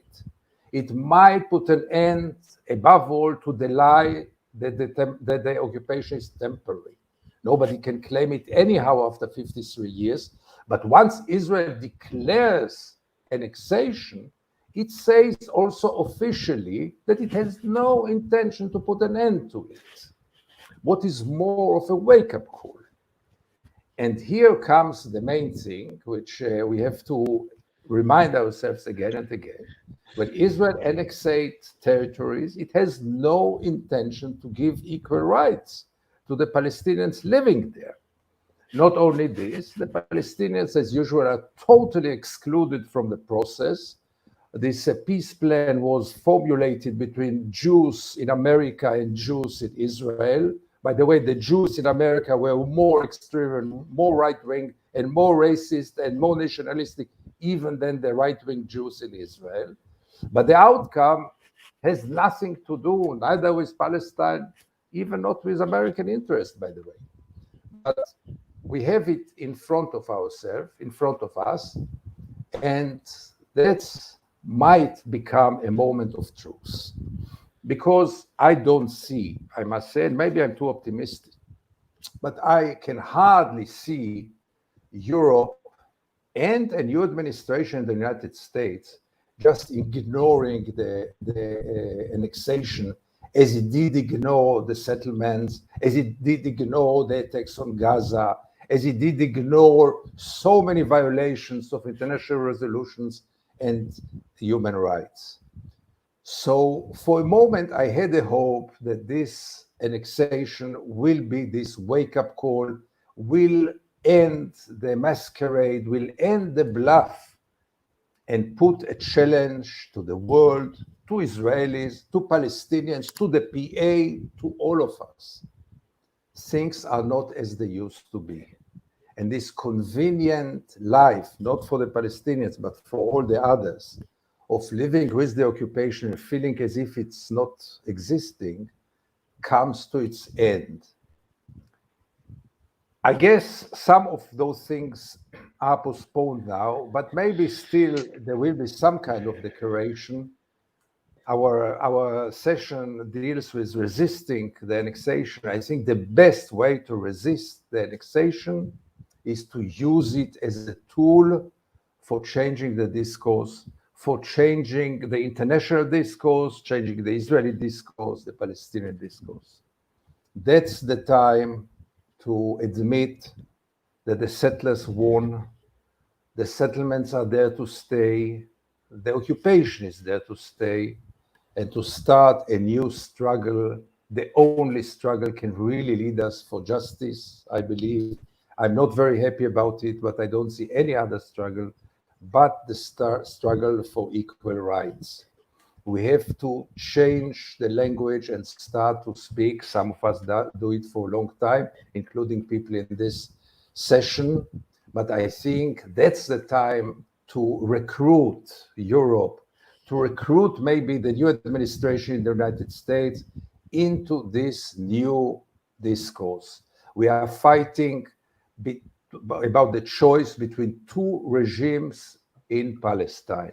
One, a democracy, the other one is an apartheid. That's the only choice left.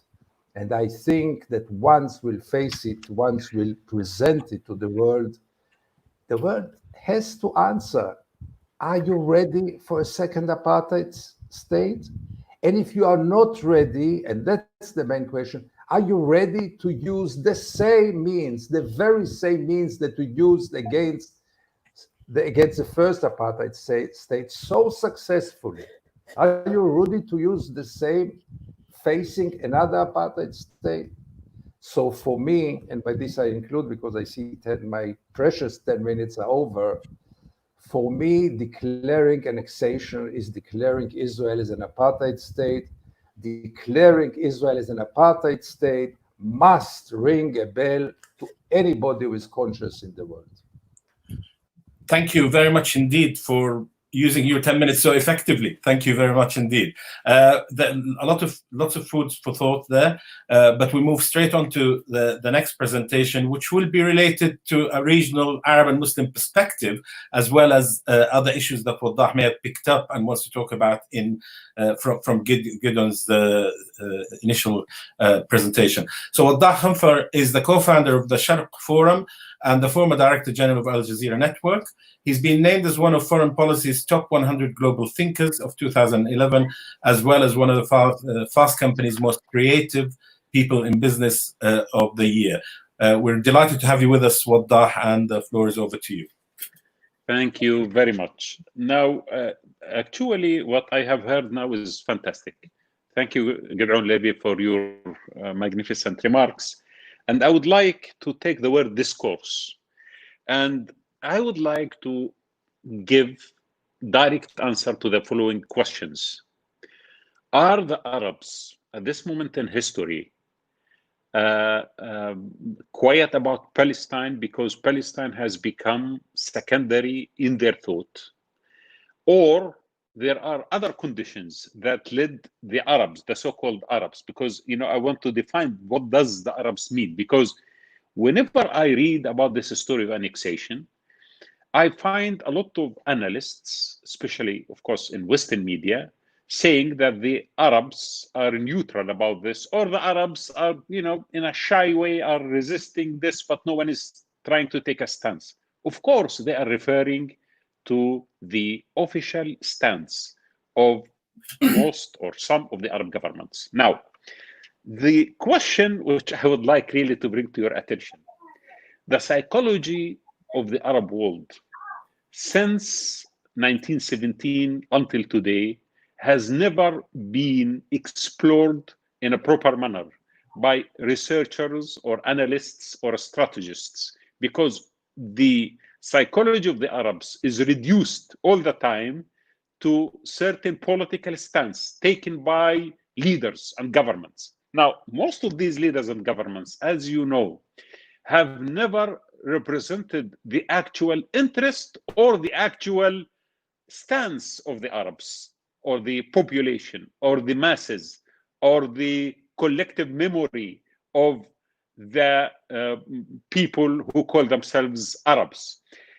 But if you go through the last 100 years, which I think is very important for us to put things in perspective rather than to sink in the moment of immediacy and to start judging on strategic issues based on the latest news or latest statement that you hear from this president or that prince. If you take the last 100 years and you study, as I did, which I'm really trying to study this systematically, the core issues that form the psychology of the modern Arab societies, I could not find but Palestine at the center of it, because I can't see what could bring the eastern part of the Arab world and the western part of the Arab world, the northern African part, but the issue of Palestine. I can't see exactly how the political institutions or the social institutions or even the religious discourse during the last 100 years is uniting or unifying the Arab world if Palestine was not part of it. So to say that the Arabs are neutral about this or they are now giving up on Palestine is actually not accurate, factually. And I do believe the current situation where the Arab leaders or some of them are trying to be cozy to the Israelis and try to be silent on issues related to the annexation and other issues as well related to the Palestinian issue does not actually represent anything related to the feelings or beliefs of the Arabs or the Arab world. This is to start with. And if you are actually doubtful about this, let us go through the argument that was used during the last 20 years or 30 years. The first argument actually was used by Henry Kissinger with Anwar Sadat when he was trying to convince Henry was trying to convince Sadat to visit Israel in 1979, and he told him, I am a Jew and I know the psychology of the Israelis. The Israelis would like to feel secure, and because they would like to feel secure, give them that feeling of security. Then they will give you everything that is reasonable within the framework of proper, balanced security of the state of Israel. This is why, according to Muhammad Hassan Haikal, who documented this kind of conversation, of course, the Sadat visited, of course, many other reasons, but Sadat visited Israel. Now, think back, 1979, of the hope of starting a process of peace with the state of Israel by recognizing that, of course, most of the Arab countries refused that then, but most of them after that became willing to do so because of the Arab initiative. What was the result of that?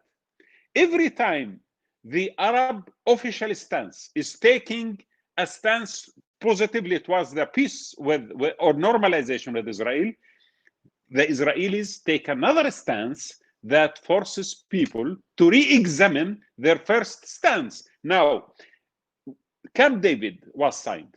And then after that, we went into Madrid, we went into Oslo, we went to Annapolis, we went through a lot of negotiations about the so-called peace process. But every time we find that the concept of security of the state of Israel is redefining itself. Who should define the moment where everyone is satisfied about what Israel think about its security? Today, the Israelis are trying to annex the Jordan Valley. And of course, security is important. Within that, the narrative of security, the discourse about security is the most important issue. But if the Israelis do that, will they feel secure enough after that to be at peace in this region, to accept that they are in the region and of the region and part of the region, and they would like to be part of the social and cultural fabric of the societies in the region, and then they will really live in this region, to stay in this region as part of it? Or tomorrow again we are going to find another excuse to redefine the consequences of the security of Israel and then move forward? It seems to me that Israel is behaving right now as a citadel on a top of a mountain, trying to watch over the entire region to make sure that there is no tendency towards independence or towards democracy or towards centered decision of interest that this region could take, because this could might threaten the concept of self-defined concept of security of Israel. So basically, even if the Arabs do accept the Israelis, where does this concept of security lead us, and how the Israelis are going to accept the Arabs as well? This is number one. Second, which is important, a lot of Arab leaders, in defining or justifying the idea of being cozy to the Israelis, were telling us, okay, let us concentrate on development, on democracy, on creating much more prosperous economies in our countries. Please look around us. From when we started this process until today, are we more prosperous today than when we when we were not on good terms with the Israelis? Is Saudi Arabia today, as under Mohammed bin Salman, more free or democratic or prosperous or promoting stability in the region? Is Egypt under Sisi, who is very close to the Israelis, is much more prosperous than before? Is any other country that has approached the Saudis in order to, the Israelis, in order to create that kind of positive approach, did they gain? So basically, the Arabs are not stupid. I mean, okay, DNA does not prove in any way that we are stupid people or we forget. Actually, we love history. We live in history sometimes too much. I mean, sometimes I'm critical about that. But to tell you the truth, yes, we may not act immediately.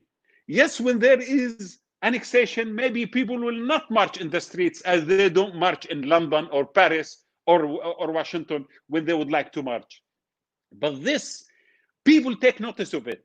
They accumulate that. And in a moment of time, everything will change. Remember that by the end of 2010, no one expected that the Tunisian people were about to revolt against Zayn al-Abidin bin Ali, or the Egyptians are about to revolt against Mohammed Hosni Mubarak. It happens because there is another psychology in the Arab world where history combined with awareness of the moment leads to a decision. When that decision is taken, that becomes very decisive and change a lot of things. The second point, which I would like to conclude with, is the issue of the region. Is the region right now going to accept Israel within the current situation, this administration and any other administration that does create a hype about its security, try to dominate everyone else, and to define the rules of international, even international law in our region and in the world. Is this viable? Can this continue? Of course, it cannot continue. It's not viable. It could continue right now because of the current situation that we are in, because we are overloaded by issues of domestic problems in our countries and the shift in international power as well. This could happen, but until when this could continue to exist, and until when the world could be tolerant of this situation that we are in? Why on earth should the world take a stance against Russia that annexed Crimea while they cannot take a stance against Israel? If we are going to follow the Israeli way of thinking about the international law, everything we know about stability and security of this world will actually collapse, and we are going into a jungle law. Then the very last one, I can tell you something important about the Palestinians. We have been unfortunately led by people who have that kind of feeling that they would like to be acknowledged and recognized and seen next to those who defy their narratives. The most important target during the last 30, 40 years of our Palestinian leadership was to take photo opportunities in the White House, photo opportunities with other international powers, regardless of the concessions that they are going to give to the Israelis, until we found ourselves without anything to give. Now, why do we need that kind of narrative? Why the Palestinian leadership is obsessed by being recognized by the international society without giving them any substance? I think the time has come for the Palestinian people to redefine a new narrative and to lead like everyone who has fought and struggled for freedom in the world. This needs strategic patience, determination, and consistent endeavor in order to achieve your final target, which is based on the values of equality, on justice, on freedom, and also on creating a viable situation that we can all live in. All, I mean all, who live between the river and the sea. But this narrative, which has been dominant for the last 40 years, has collapsed, and is going to collapse even more, and it's going to be obviously, not at all seen by anyone. Even those who created and designed it, the two-state solution, I mean, it can never succeed. So therefore, we need a new narrative. We need new alliances. We need to quit from this feeling to be seen on this panel and that panel, and to be now hand in hand with those who fight for freedom anywhere in the world, with Black Lives Matter, with those who fight for freedom in Latin America, with those who fight for equality in Africa, with those who are fighting for social justice in Europe, with everyone, wherever he is, whatever culture he has. We need to unify ourselves. We, the Palestinians, have the best narrative to tell to the world. But unfortunately, we have not been represented properly in any international forum or by leaders, the official stance on all parties, by the way. All of us are obsessed by the kind of Tony Blair's philosophy and by the kind of Trump and Jared Kushner becoming close to us. All of us are obsessed by that. This has to stop, because this is an illusion which is leading us to nowhere. Something new has to start, and that new should be on sound foundations, and we should join hand in hand with everyone who is willing to fight for justice and equality and the freedom inside the Arab world, in the region, and internationally as well. Thank you very much. Thank you so much, Waddah, for your remarks. As you were talking about Israel's ever-expanding security, Netanyahu has declared that effectively Israeli security, or if you like, there's a security annexation of the whole of the land from the river to the sea, because whatever happens, even if the Trump plan were to be implemented, the Israelis would still be able to go into the so-called Palestinian cities and enforce security, if you like. Thank you very much indeed, and questions are beginning to come in. Can I remind the audience, please, to put your questions through the various social media outlets, Twitter and whatever you're following, Facebook, etc., and YouTube.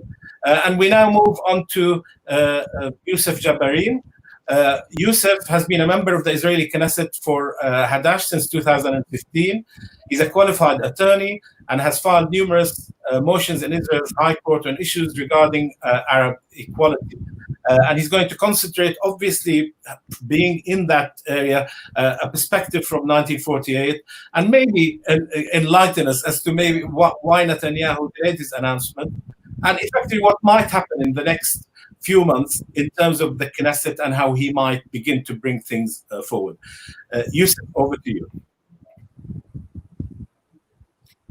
Unmute, please. Still muted. Youssef, you're still muted.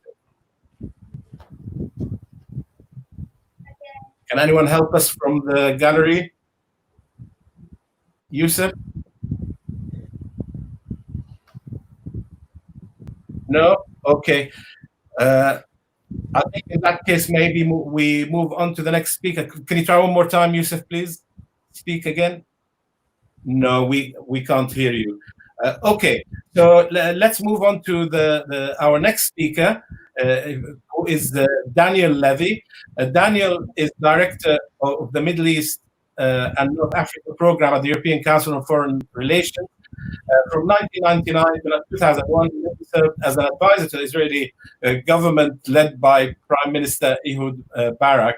And when I was talking to Daniel and trying to work out the area he would cover, the one that we sort of came to a little bit wider than that is that this is not just simply about real estate, about land. It is about values. And in a way, our two speakers, especially Gideon, spoke about that as well. So, over to you, Daniel. Thank you very much, Kamal, and everyone for joining us. And I'm going to assume that I'm being heard okay, unless I see a little note in the box there that I'm looking at.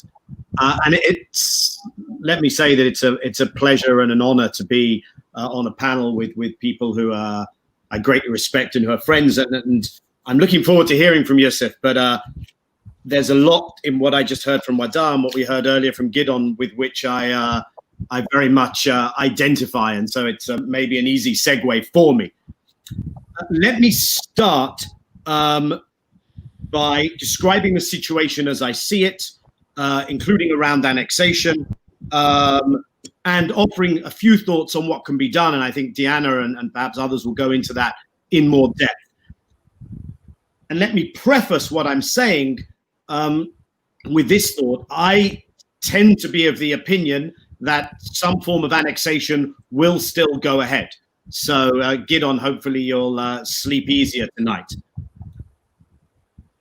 4 points I want to make on the current situation.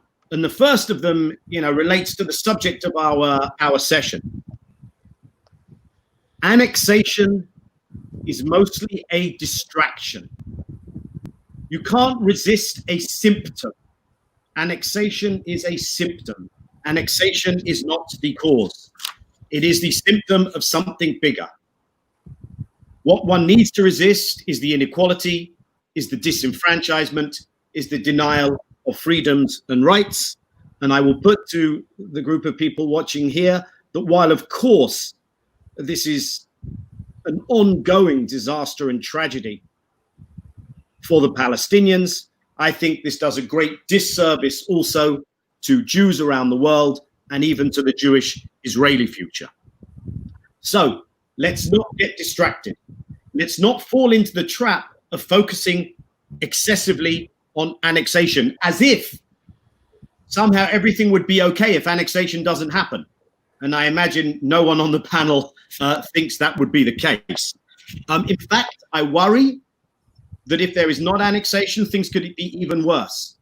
And that some people may have an idea that Netanyahu and the Israeli government would deserve to be rewarded for not conducting an annexation, or even something that people may consider to be a restrained, a modest.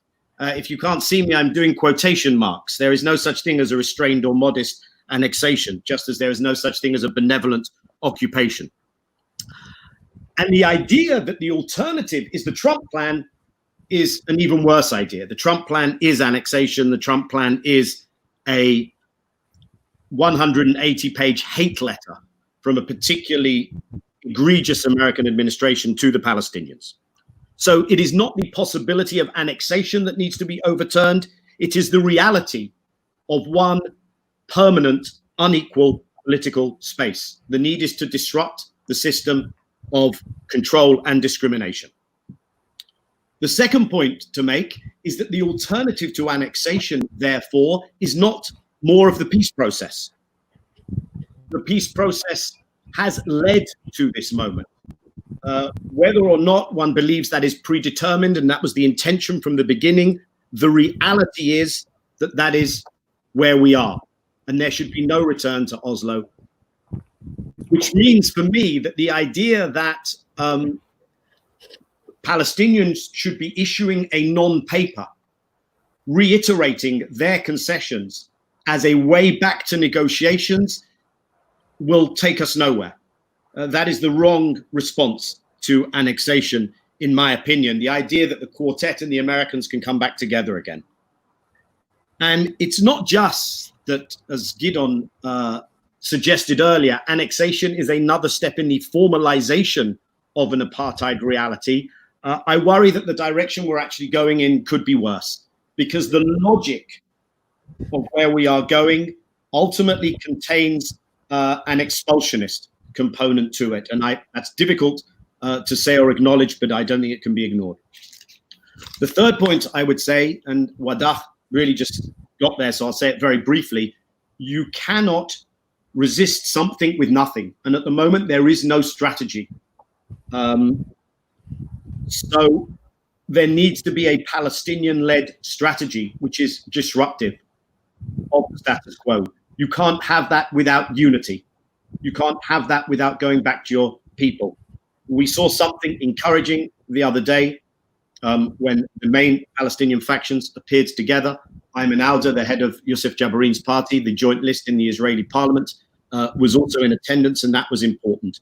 But I don't think we're anywhere close to getting the end to Palestinian division, and that is crucial. And let's also acknowledge this conversation about annexation has totally sidelined Gaza. No one has mentioned Gaza. I'm not talking about here on our panel, but in this broader conversation in the last months when everyone was, will he, won't he, will the Israelis annex or not? And the idea is to turn areas of the West Bank into those same isolated enclaves that Gaza has become. And my final comment on the situation before I share some brief thoughts on what might be done is that we cannot accept the external political environment, the global geopolitical environment, as a given, as something that imposes limitations that we cannot break out of. We have to be thinking, how do we break out of those limitations? And it's what Wadah just started to talk to us about when he spoke about the Arab leaderships and governments rather than where people are at, and the same kind of calls for social, racial, and economic justice, that perhaps we're seeing a shift in the global zeitgeist. So the US as it stands is not the ticket out of the status quo, not under Trump. And although I think there will be a dramatic improvement, also not under a future Democratic administration, unless there is a strategy that forces change. One certainly can't challenge the status quo with the current position of leaderships in the region. What we see in this attempt to do normalization against the Palestinians, normalization without the Palestinians, to try and curry favor with Washington and Jerusalem. I think this is best understood not in the context of Iran, partially in the context of the America relationship, partially in the context of the kind of spyware, the kind of intel relationship, but mostly in the context, since 2011, of an alliance against democracy in the region, an alliance of neo-authoritarianism, an alliance that is a counter-revolutionary alliance. But that doesn't mean that the positions of those countries are predetermined. The question is, how to drive change. I would open a parenthetical here. I don't know how familiar people are with a letter that was issued by the Emirati ambassador in Washington, D.C., but I would suggest that is exactly an indicator of what I'm talking about. The headline was basically, occupation is okay, normalization is good, but don't embarrass us with annexation. And I'd say the subtext was, even if you do embarrass us with annexation, we'll get over that as well. As for Europe, unless Europe is forced to change, Europe will stay in its comfort zone. Of course, there is division, but the comfort zone is the bilateral relationship with Israel is important. Don't let the Palestinian issue muddy the waters of the bilateral relationship. We will issue rhetorical condemnations, but not take action. And what I'm saying is all of that continues as is, very negatively, until and unless there is a change in strategy away from the status quo. And so before briefly moving to what can be done, I do want to add a note of humility here. It is really not for me to define how this reality can be disrupted, most effectively challenged. That is for Palestinians to take the lead, rooted in Palestinian experience, in Palestinian societies. Of course, those Palestinians directly living under the occupation, but I also think Palestinian communities inside 48 Israel, Palestinian communities living in refugee camps in the region, Palestinian communities in the diaspora. I think those of us who want to see this system addressed have to show solidarity with that. I think any Palestinian strategy will have to be capable of building alliances. And I also want to put it to you that for me, this is very important. This is also in the best interest of the Jewish and even Jewish-Israeli future. I'm not going to say because then Israel can be a Jewish democracy. That's not where I'm going. I think this has led to a terrible distortion in how Jewish communities conduct themselves, centered around trying to defend something that should be antithetical to our values in terms of what is happening to Palestinians. So the struggle for equality should be everyone's struggle, and I believe those alliances can be built.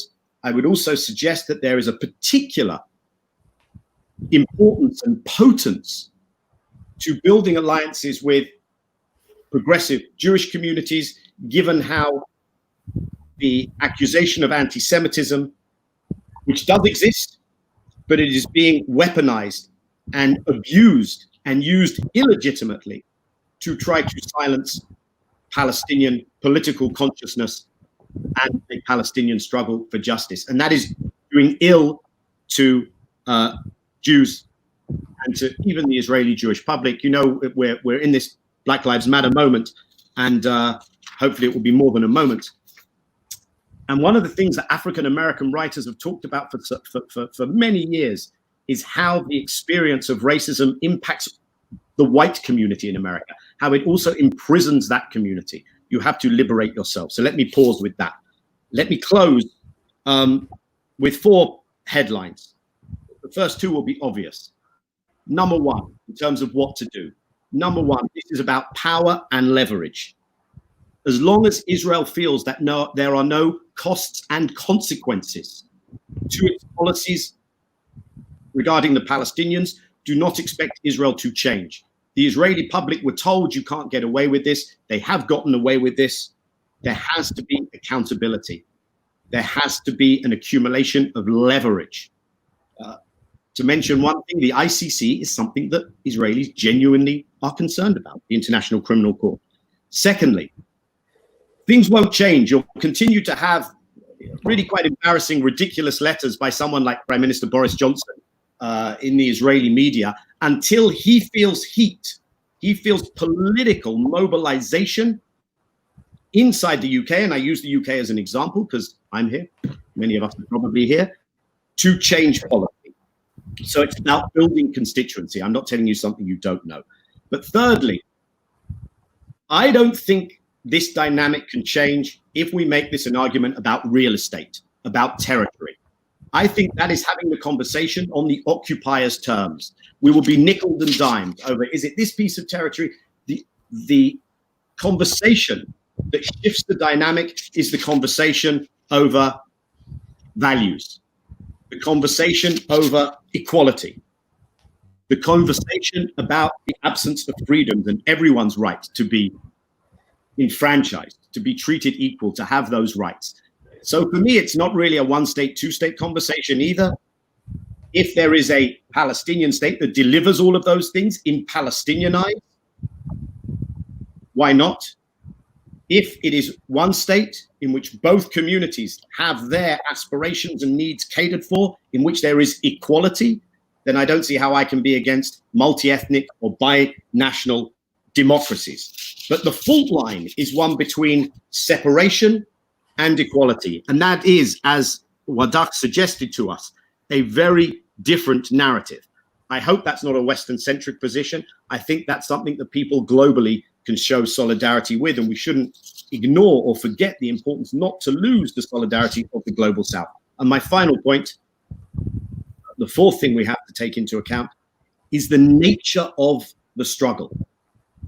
What do I mean by that? I think there is sometimes, I would maybe call it a mistake made, that somehow people can be convinced of the plight of the Palestinians. If people can be convinced that this is apartheid, for instance, that there's some kind of self-fixing mechanism in the international community. Once you've designated it as apartheid or as a particular kind of human rights abuse, then it will resolve itself. Of course, we know that's not the case. And without unfairly, I would argue, putting the onus on the Palestinians, only the Palestinians can lead that change. People mobilize in solidarity with a struggle, not with a plight. And for that to be effective, I think it would have to go along with the morals, the values that should be at the core of this. So, of course, itself adhering to international law, and of course, one can act in self-defense. But that suggests a non-violent struggle and mobilization that puts values at the front and center and takes into account that this is an asymmetric struggle. As Wadas said, there are strategies that can be effective. There are strategies that can link in with all kinds of struggles out there, but not the way it's going on at the moment. I'm optimistic because I think with that shift, all the other negatives, all the other things that appear so stuck in the region, in America, in Europe, even inside Israel, can start to become unstuck. So I'm looking forward to our conversation, but let me leave you with those thoughts. Thank you so much indeed, very much indeed for these remarks, Daniel. I mean, the question of the Palestinian strategy is a question that the Palestinians, we ourselves, are asking. What is the Palestinian strategy? In a way, this issue of annexation, surely the leadership must have seen it coming for many years now. So suddenly it became as if this was some kind of surprise that this was announced, and we still are not clear what this strategy is. However, I must say, and I will talk about that maybe a bit later, one of the benefits of the unfortunate COVID pandemic is that Palestinians have been talking to each other a lot more than they have done over the years, because there are no boundaries. We don't have to travel, all of us, to London or to Amman or to Qatar to speak. We've been talking. And there's, I think, a fairly common understanding that there's a need for this strategy. I will talk a little bit maybe about some of the initiatives. I'll talk about one particular initiative that Palestinians are working on at the moment to try and help with that. But thank you very much indeed, Daniel. Now, I'm going to try Yusuf again. Yusuf, do you want to say hello?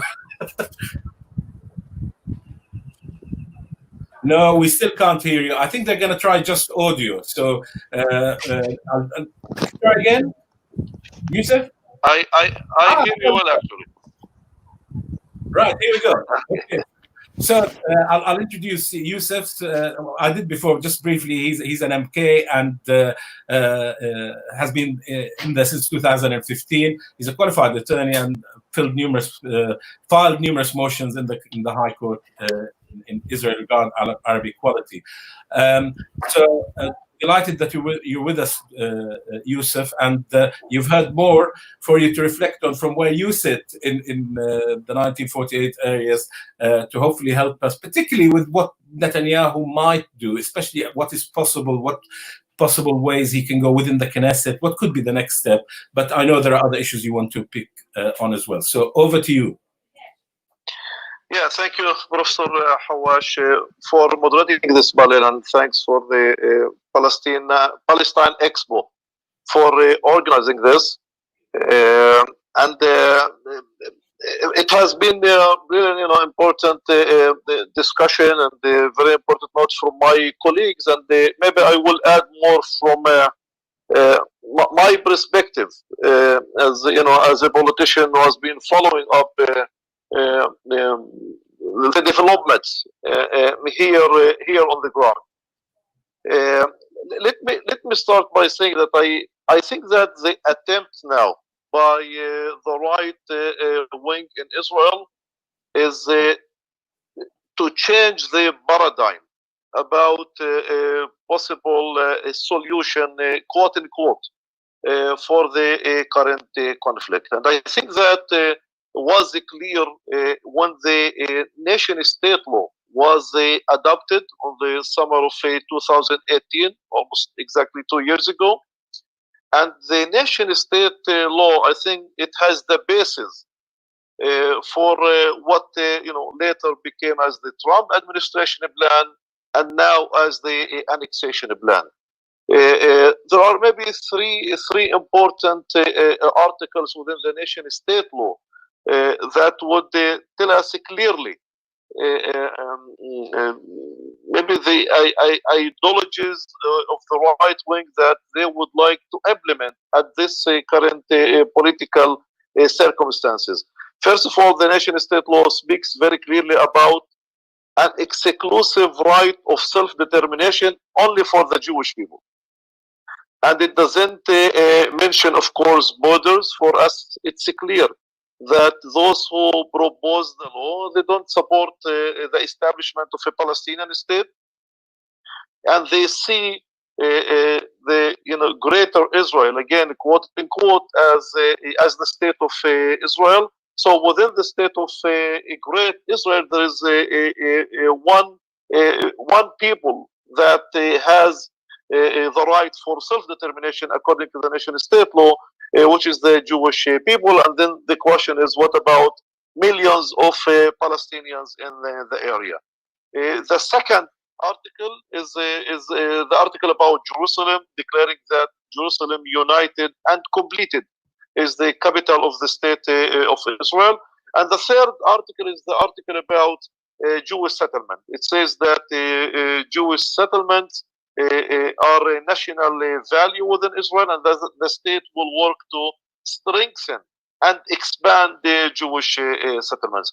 And I think once we read these three articles, that basically set the ground for now the so-called annexation plan. It's just a continuation of what was set under the Israeli constitution within the nation-state law, and it seems that Netanyahu has all the reason around this time to go ahead with the annexation plan. First of all, he has now a vast majority in the Knesset that does support the annexation.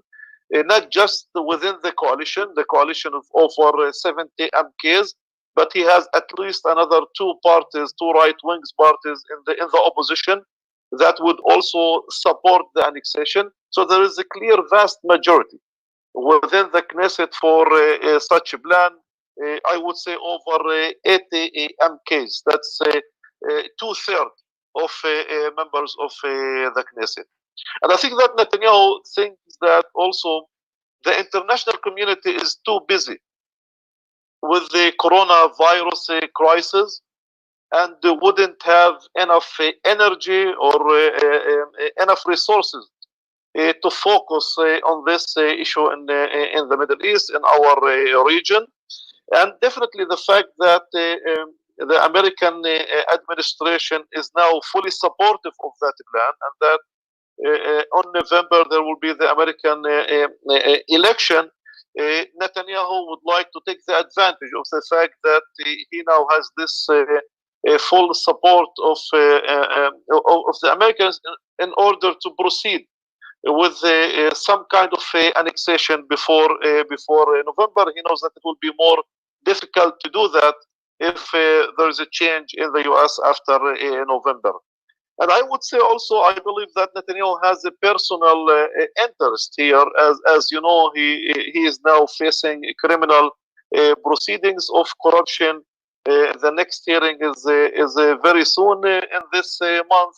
So for him, that would be a good distraction from the personal issues and the personal corruption that he has facing. So I'm saying it's for the right wing. Maybe they are identifying a political moment in which they could change the paradigm. And when I say changing the paradigm, I think it's mainly vis-a-vis the international community, because vis-a-vis Palestinians, they feel that they're strong enough to dictate any arrangement on the ground. But they definitely feel that they need the international support or the international legitimacy. And when I'm speaking about changing the paradigm, I think that the right wing in Israel believes not just that the two-state solution is not any more option, but they maybe also could dictate their solution. So far, we have heard in the discussion about the paradigm of a two-state, the paradigm of one democratic state in the whole region. But I think that on the ground, the right wing is trying now to implement their own paradigm, which is one state, one Jewish Zionist religious state, in which Palestinians will have to end up with some kind of extended, I would say, local government in the main Palestinian towns and villages. And it's funny that when in the Knesset, I would tell leaders of the right wing that what you are proposing for Palestinians is not even a state. It doesn't have any basis for being a state. The answer that I would get would be, call it whatever you want. Call it the Empire State of Palestine. That's not their issue. The issue is that this is what they are leaving for Palestinians. And when I said in the discussion in the Knesset that no Palestinian will accept that, the answer was, and it's answer that's driven from the law of the jungle, that Palestinians will have to decide whether to accept it or to go to prison or to be expelled. And again, I'm speaking about discussions that are recorded in the Knesset. They are not like secret discussions. So the right wing believes that they have the power to go ahead and to implement their ideology of having a one state and of basically having these call them reservations of for Palestinians, mainly in the main Palestinian towns and cities in the West Bank. And by the way, when they mention the option of some kind of changing the borders and having areas in the triangle, like my own town, Al-Fahim, within the Palestinian areas, they definitely don't refer to having Al-Fahim within the state of Palestine, because they don't believe that there will be a state of Palestine. But for them, this is possible because Al-Fahim and Taibe the two cities now within Israel could be also part of this extended separate autonomies or separate local or municipal autonomies. I think one of the leaders of the right wing even have mentioned the term of Emirates. It's some kind of like Emirates, referring to the fact that that not necessarily there will be any geographic connection between the different Palestinian cities and towns. To what extent that would be possible on the international arena? We definitely could see the double standards in which, for example, a very important international body like the EU is treating the issue. On one hand, we see how the EU has been very resolved and very strict when it comes to sanctions against Russia after the annexation of the Crimea. But when it comes now to Israel, nobody is really using, at least now, the issue of sanction, but merely trying to prevent Israel from annexing, the land without basically speaking about the ramification of this annexations. Although we could see the similarities between the Russian context and the Palestinian context. By the way, I mean the EU has a very clear commitment for the peace process, but also for issues of democracy and human rights. Also in the bilateral agreement, in the association agreement between Israel and the EU, in which respect of democracy and the human rights is an integral part of these association agreements. I don't see how the annexations could be go along with this commitment. Now, when it comes to the international community, I think that takes us back to the UN Security Council that only 4 years ago had a clear decision about the illegality of the settlements in the West Bank and the need to evacuate all of them in order to enable the establishment of a Palestinian state. So when we get now to a moment that issues of annexations are being discussed, I think that this is a crucial moment, not just for Palestinians, but definitely for international law. It's a question of the credibility of this international system that has been now working for tens of years. And if this system fails in one of the most basic justice issues, which is the Palestinian case, with all the UN decisions and the Security Council decisions, I think people would think, who needs any more international law and who needs any more international organizations and international system if they fail on the Palestinian case. Bearing in mind, of course, that when we speak about a Palestinian state on the 1967 borders, Palestinians will have only 22% of self-determination, only 22% of their historical land.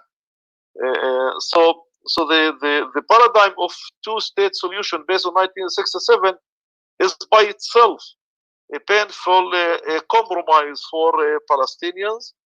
And even that, as we say, is not really working in these days. Does the EU, for example, does the UN Human Rights Council have enough tools to challenge any Israeli plans on annexation? I believe yes. I believe they have the tools, and they should express also willingness to use them. Not just labeling products from the West Bank, but definitely boycotting products, boycotting settlements and settlers, but also targeting international companies that invest in the settlements, the issue of recognizing a Palestinian state should be strongly discussed this time. Maybe the threat of annexation plan is basically a moment of I would say of hope for the international community to be more strong now on implementing or trying to implement the solution, the two-state solution.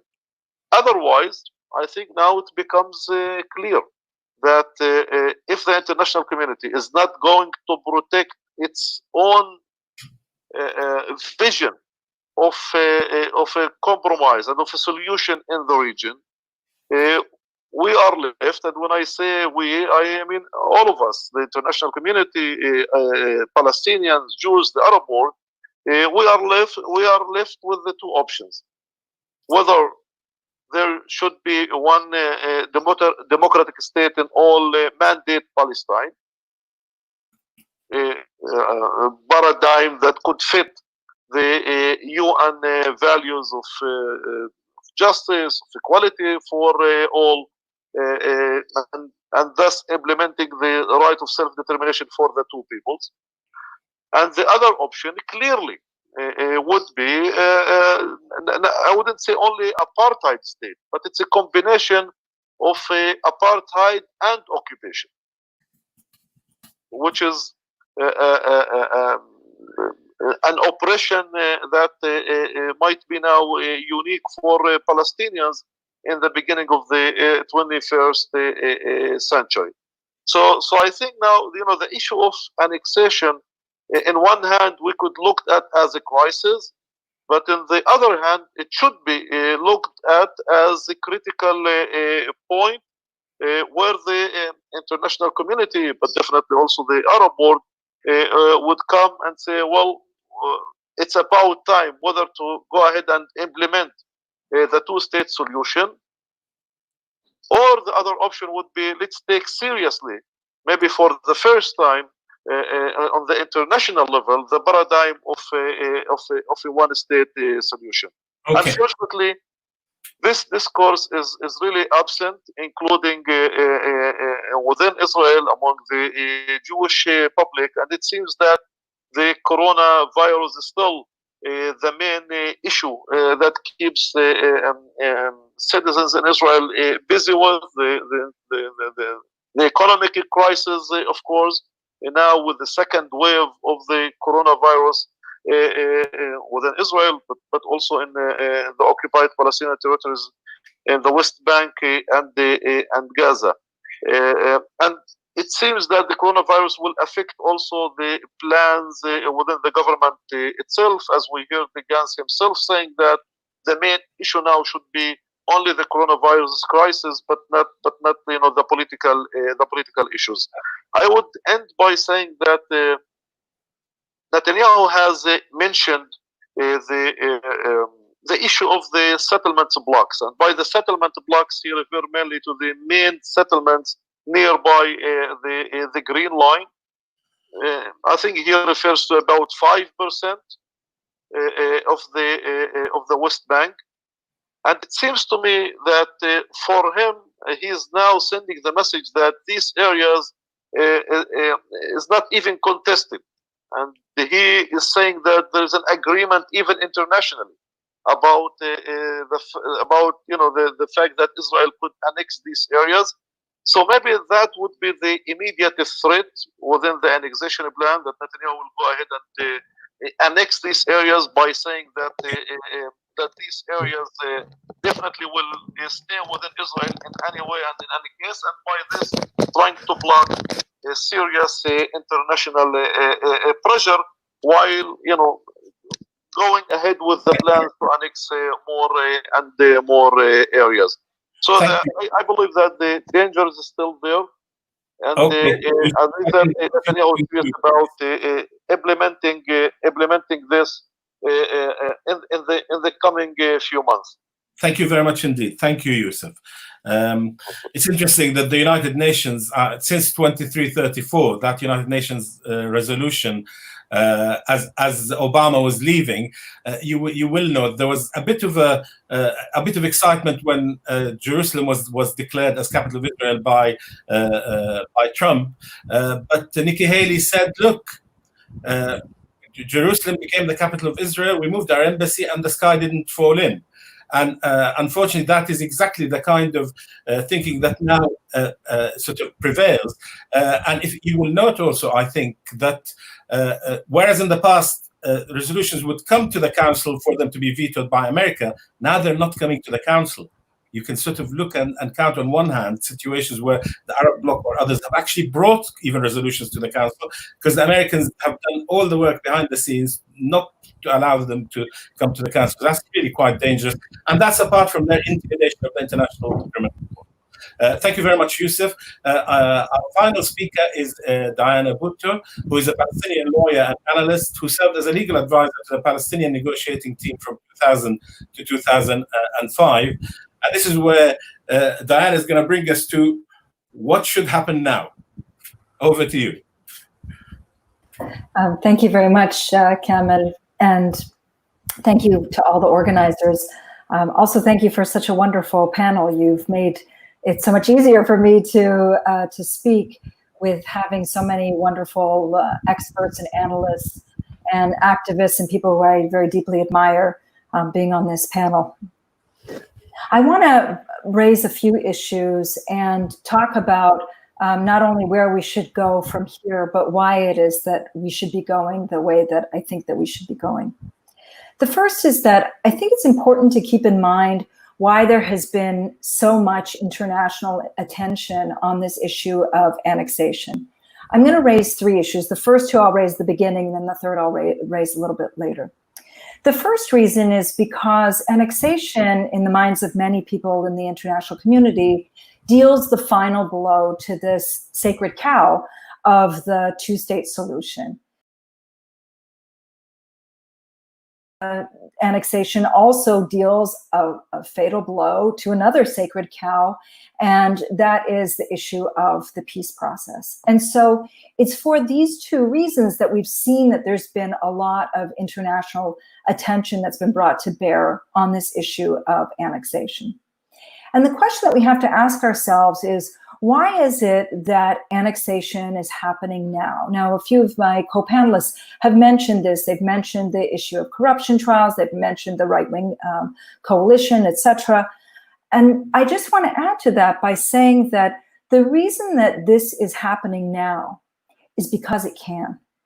For such a long time, we've seen, and we all know this, that for over 50 years, for 53 years, we've seen this creeping annexation take place throughout the West Bank. We've seen over time the construction of Israeli-only settlements. We've seen the construction of Israeli-only roads. We're now in a situation where there's close to 700,000 Israeli settlers living in the West Bank. That's about 25% of the population. And when you get to this place where you see this happening over time, it begs the question, why is it that Netanyahu is doing it now? And the reason, as I said, is because he can. This is a man who, unlike in previous Israeli prime ministers, there's always been, every government has always taken the position that they can and should steal Palestinian land. But they've always done so very quietly, without raising the ire of the international community, a little condemnation here, a little not so nice word there. But they've continued with their project. Along comes Netanyahu, and Netanyahu's position has long been that we need to be proud about this and we need to be bold about this, and we don't need to shy away from this. His point is that he wants to deal a final blow to anything that's called international legality, international law, and instead really put the coffin in the nail of this international system. And so he did this first in 2018 when, as Dr. Yusuf was mentioning, with the declaration of the Jewish nation state law, the passage of the Jewish nation state law. Again, it wasn't something that needed to happen.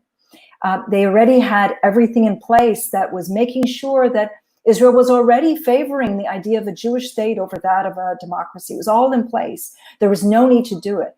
But again, being the person that he is, wanting to be loud and bold, he proceeded ahead with it in the face of international condemnation.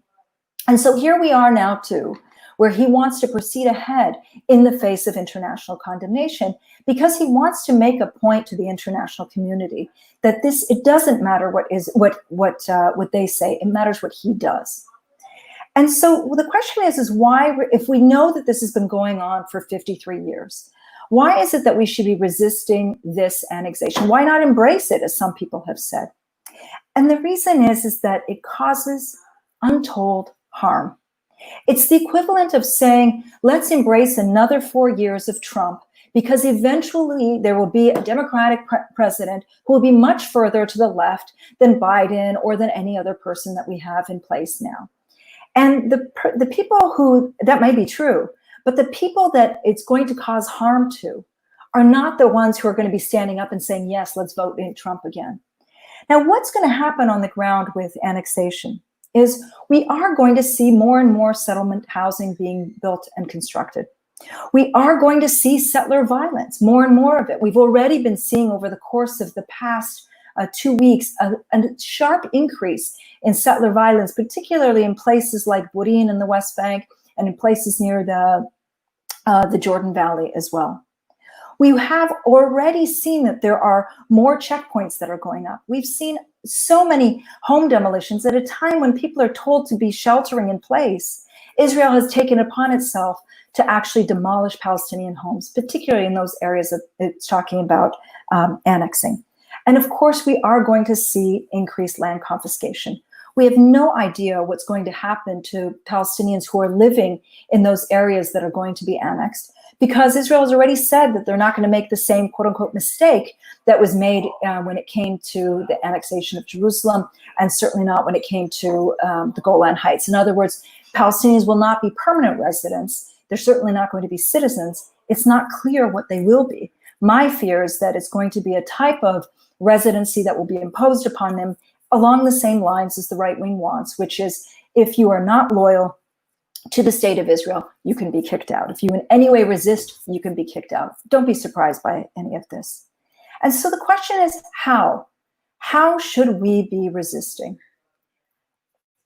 I think it's very important to keep in mind a few things. The first is that one of the reasons, I mentioned the two reasons that the international community has been involved, the third reason that the international community has been involved is because there have been so many activists who've been working tirelessly. We're now coming up on the 15th anniversary of the BDS movement in a few days, who've been pushing for BDS for quite some time.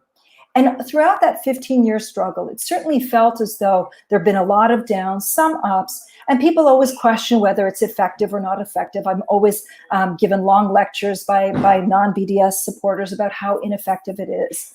And yet here we see that it is a tactic that's paying off. This is now a time where the international community is listening and is contemplating sanctions, the first time in history.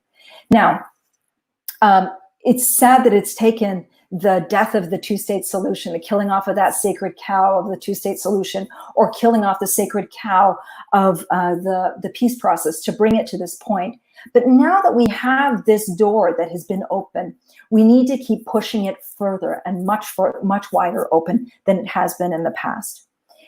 It's also important to keep in mind that the Palestinian Authority has been loath throughout its existence, and certainly over the course of the past 15 years, to adopt any BDS strategy. In fact, it's always been quite the opposite, that as BDS was pushing one way, that you often saw that the PA was pushing another way. And yet here we have, for the first time, that the PA has in fact endorsed sanctions and has been calling for sanctions. Now, we cannot let them stop there. At the same time that they've been pushing and calling for sanctions, they've also indicated that they are cutting off security, collaboration, all forms of connection with Israel. It's really a question of time before that resumes, because in the absence of an alternative strategy that completely breaks the dependency from Israel, unfortunately, there will be a return to this. Why? Because so much of Palestinian life has been wrapped up into security coordination collaboration. For example, if you are a person who's a merchant, you want to bring in tiles from Turkey, you need to have a security permit to be able to do so. If you want to get treated in a hospital, there are often times where you need to get a security permit to be able to do so. So the even matters that are civilian in nature have been so wrapped up in the security apparatus that absent a different strategy, there will be a resumption of this type of collaboration. And that's what I am afraid of. We must continue to push ahead with BDS, making sure that we are doing what we can do within our own countries to hold Israel accountable. And again, that door has been kicked open.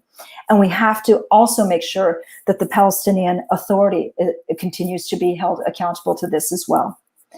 There are, of course, we have to think beyond the paradigm of Oslo. And this is something that we've been talking about for many, many, many years, about how we've been completely trapped into this Oslo framework. The good thing, if there is a good thing about any of this, is that this is now forcing people to break out of that Oslo framework. And now we have to really seriously be considering a completely different discourse, one that is not necessarily one person, one vote, although it's something that I believe in one state. But I do believe that there has to be an accountability component to it as well. I refuse to accept that the settlers have won. They have absolutely no right to be there. And I will resist until my last breath to make sure that they do not get that ability to stay there. I refuse to be somebody who continues to believe that might equals right, and we have to do so as well. I want to end with a final word by talking about the resilience that we've seen here in Palestine, the resilience that Palestinians continue to exhibit in the face of this annexation. I think that it's silly for the world to be requesting or demanding that somehow there be massive protests in order for Palestinians to express that things are wrong or to show their displeasure. We don't need to protest Israel's ethnic cleansing of us. I think it's up to the world to be protesting Israel's attempt to steal and to ethnically cleanse. What we have seen instead is this hardcore resilience, even in the face of Israeli attempts now to punish Palestinians for the Palestinian Authority decision to cut off security collaboration, that we continue to see people who are resisting these measures of annexation, whether it's by going through the checkpoints, continuing to try to farm land even when land has been stolen, continuing to try to build houses even when houses get demolished. This Palestinian resilience and resistance has continued even in the face of this. We're not putting our heads down in the sand. We're not giving up and saying our dreams are over. It's quite the opposite. The ball is now in the court of the international community, and this is where they have to now express definitively whether they believe in a system of legal order or whether they don't. And if they don't, then we will act accordingly, and we'll move on accordingly. I'm going to stop there, and thank you very much. Thank you very much indeed, Dana. That was gave us a really important perspective. Can I remind the viewers, please, to send in their questions? We have quite a lot of questions, but there's still time to put some in. Wherever you're watching us from, Twitter, Facebook, or YouTube, at Palestine Expo, put your questions in, and we'll put them to our experts. I mean, one of the themes that's coming through here is the issue about discourse, and in particular, that this should be about right, not about talking about the land. Is it one state solution? Is it two states? A question that comes to my mind, I don't know whether it can help us with this. I mean, you would have thought that Israeli society, which is talks about it being a democratic society,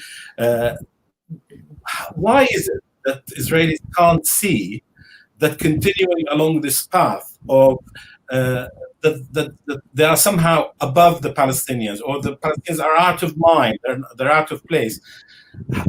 What can change? What should change for the Israelis themselves to begin to see that in the long run this is not in their interests?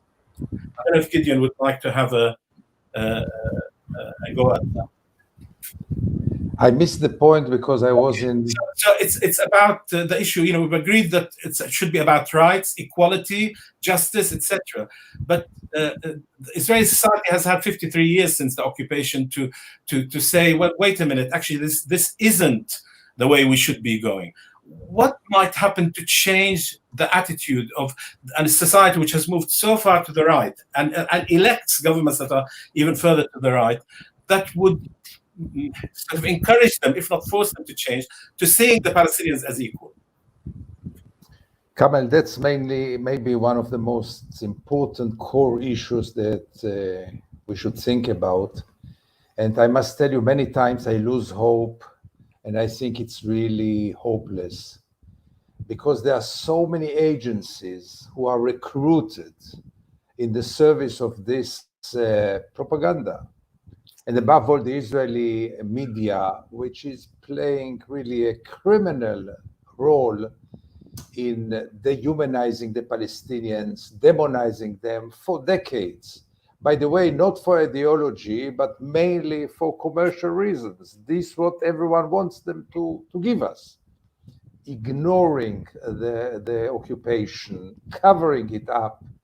I cannot think about one society in the world today, as far as I'm aware, which lives in such denial like the Israeli Jewish society in Israel.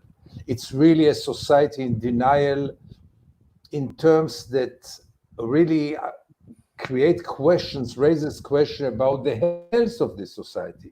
Because if you sit in this room and the huge elephant is in the corner, and you think that if you will not talk about the elephant is not there, you need treatment. I mean, something is wrong with you.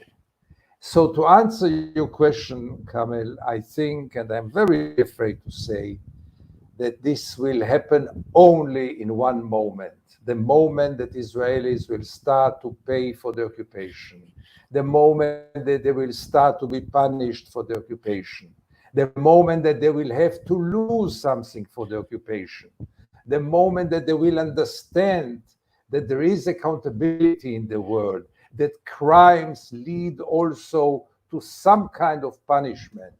And unfortunately, as almost all my friends, the speakers said, we are still very far from this moment. Thank you. I think, Daniel, would you like to add to a reflection on that? Yeah, just very briefly. I mean, I think the starting point is exactly what Gideon said, and it follows from what Diana said. And Diana kind of asked us the question, why is it happening now? And I agree with her. And I think Netanyahu is a relatively risk-free politician in many respects. And it's happening now because he felt he could get away with it now, because he felt the cost, which slightly cuts against one of the things you said at the end, but I can square that circle as well, but maybe not now. So I think the first thing is for Israelis to feel palpably that this is not okay, that there is a cost that comes with this. But there's another component to this. There's many components to this, not least how Jewish history is deployed, instrumentalized, and abused so that every threat becomes an existential threat, and Palestinians become the modern incarnation of that, which I think does a huge disservice. And to think today, when Jewish communities are faced with violent gun-toting white nationalists in the United States, people could still claim that BDS is the modern manifestation of anti-Semitism and create a moral equivalency between those things is horrific. But the other thing is that once the so-called alternative peace camp primarily speaks about this conflict in ethno-demographic terms, you've paved the way and legitimized all of the narrative of the right.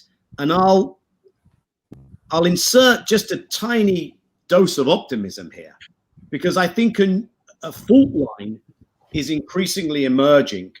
And I think that the importance of the joint list here of Yusuf's party should not be underestimated. And the fault line is, I would call it the distinction between separation and equality. It doesn't really matter which side of the green line we're talking about. And there was a rally led by Ayman Auda, led by Yusuf's party a few Saturday nights ago in Tel Aviv. And that struck me as having a cohort. It is tiny in terms of its representation in parliament, in terms of the Jewish Israeli public. But it was, for me, significant that a cohort of the new progressive Jewish Israeli, almost dissident groups that are aligning with the joint list, they're putting at the forefront equality, not separation. You didn't have the generals on stage. You didn't have what's left of the Labour Party on stage. It represented an ideological and generational shift. And that is the important alliance for the future, I would argue. Thank you very much. Waddah, if I can come to you and just think, reflections on what you've heard from the other speakers, or anything you would like to add sort of now. We'll come to a final 5 minutes each, but I think a lot has been said, and it might be that the speakers themselves have questions of each other and reflections. So Waddah, please. So one of the most important things that I would like again to come back to is when we look at a region like ours, which is moving very fast, restructuring itself all the time in a state of geopolitical flux, we should never make a mistake that everything is stable or everything can be built on, because everything shifts. Just let me give you an example. In 1967, almost every Israeli tank that fought in the war had in it an Iranian oil. We should remember that. We should remember too that in 1967 and after that, the best alliance that Israel had was not only with Iran, but also with Turkey. Where Iran and Turkey today in relationship with Israel? So the fact that a lot of people are, or especially the Israeli government at this stage, do believe that, for example, the Saudis and the Emiratis and the Egyptians and many other Arab countries are either silent or trying in a quiet way to stop the annexation. That could happen, definitely, but the issue is this region is shifting all the time. What we should look at is something much more strategic. I think this is not at all in the mind of the Israeli government or even Israeli strategists. I don't know how do they think about the future. You know, you could win right now because of the weakness of the other party. You could even eliminate the fact that the Palestinians exist, which I see everywhere now. I don't see the Palestinians in any argument when it comes to anything related to Israel, especially when it comes to the international world. The annexation has brought this concept back. I mean, if there is something good about the current debate of the annexation, that the world has started to, say, even not in appropriate or direct manner, but it's very clear to everyone that what the Israelis are doing cannot be digested, cannot be accepted without, some form of objection. But eventually, again, I will come back to the issue that Israel is making a strategic mistake, is pushing people to the corner, is not giving any excuse to anyone to accept to live with Israel in this region at peace. And I think with time, this can never be accepted and this will be rejected. And eventually, this region has to shape itself and form itself on sound foundations of equality and justice and the freedom, rather than on accepting all the time to concede to the Israelis. Thank you. One of the questions that's coming from the audience relates to the decision by the Israeli High Court of the 9th of July to nullify settlement regularization as something that's been going on. And the question was, is this, how effective can this be in relation to the issue about the annexation? I don't know whether Yusuf or Diana might want to pick that up. Yusuf? We've lost audio again. Okay. We'll come back to Yusuf when we can hear him, if that's all right. I don't know if, Diana, do you have a view on that? Yeah. There's been a lot of speculation that this decision somehow affected the Israelis. I think that's what we would call navel gazing. Netanyahu doesn't care what the High Court says. He doesn't care. In fact, it's a great way. It would have been a great way for him to push for annexation and then turn around and blame it on the High Court and saying, "Look, my hands are tied with this High Court, and therefore we need to do something about that." So I don't buy that theory at all. I think instead, we should bear in mind that July 1st was just the first day that they were going to be able to push through, introduce legislation through the cabinet or through the Knesset. There was nothing sacred about it.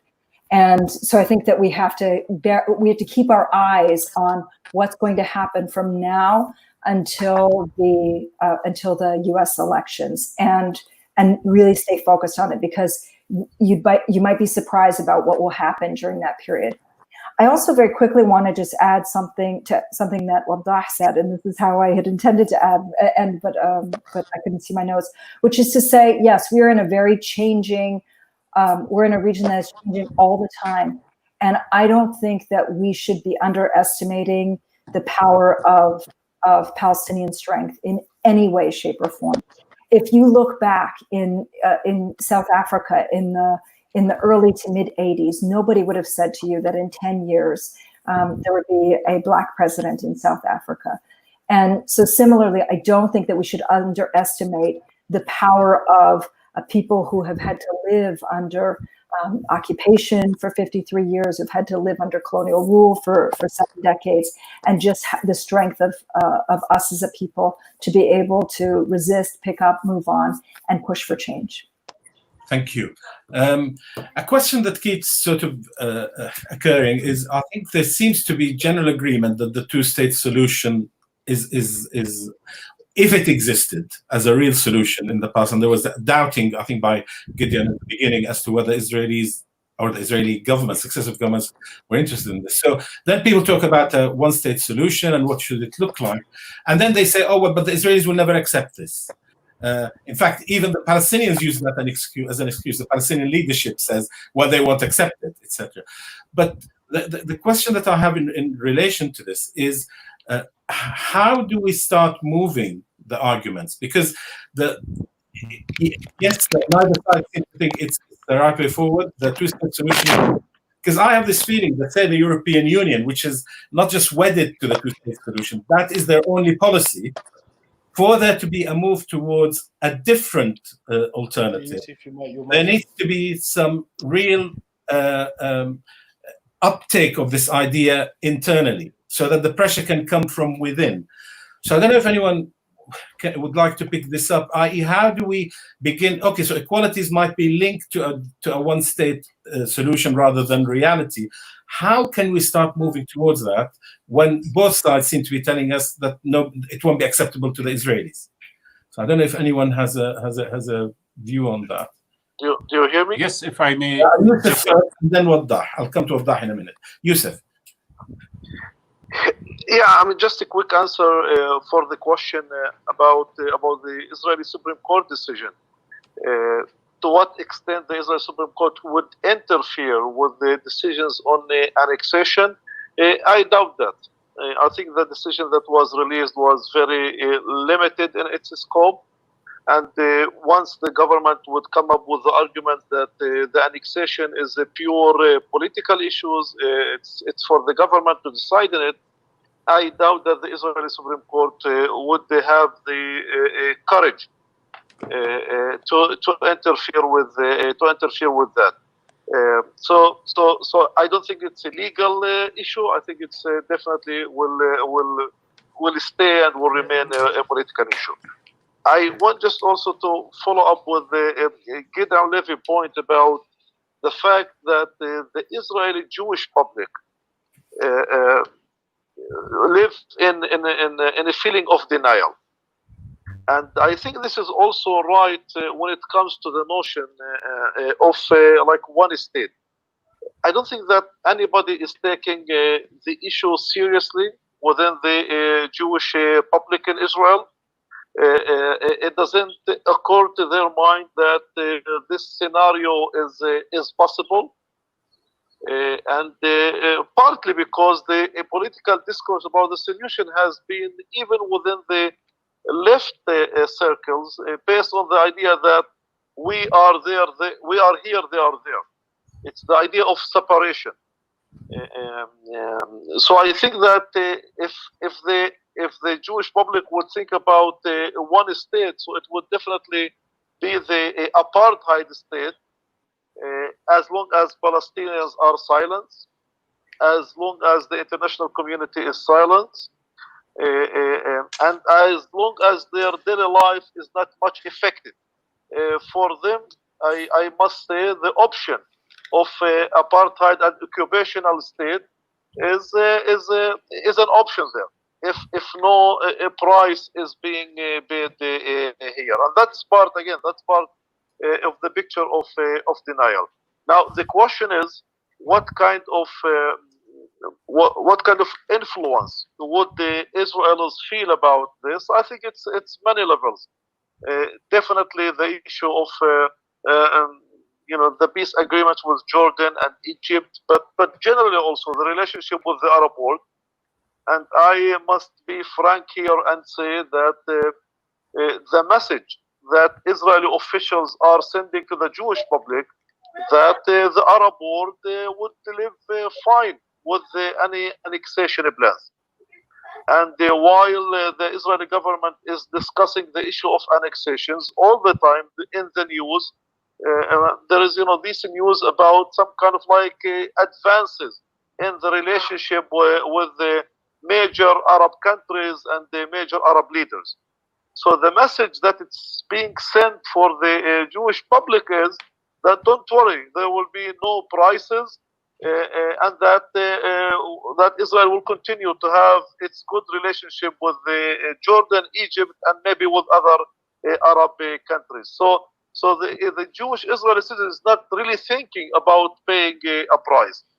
Similarly, I think when it comes to the international discourse, the issue of the sanction is still very weak, is not really a part of the international discussion. And people don't feel that this is a close, and they don't feel that there would be such a ramification once annexation is adopted. There is definitely also the issue of the ICC, the International Criminal Court. Once the public in Israel will feel that there will be some kind of I would say a price to be paid on the international level, definitely that would be after the coronavirus crisis, things will become more concrete, and I think that the issue of the annexation would be more felt, and maybe then the rejection of the Israeli public to the idea of one state, one secular and democracy will be more clear.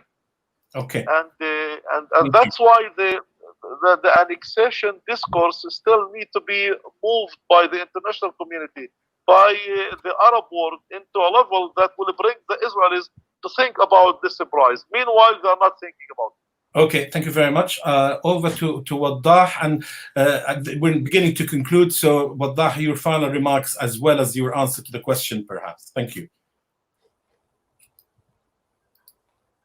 On one important issue, the Palestinian struggle is at the center of all the above mentioned. We cannot proceed to the future without a strong Palestinian stance and community that could struggle and create proper narrative.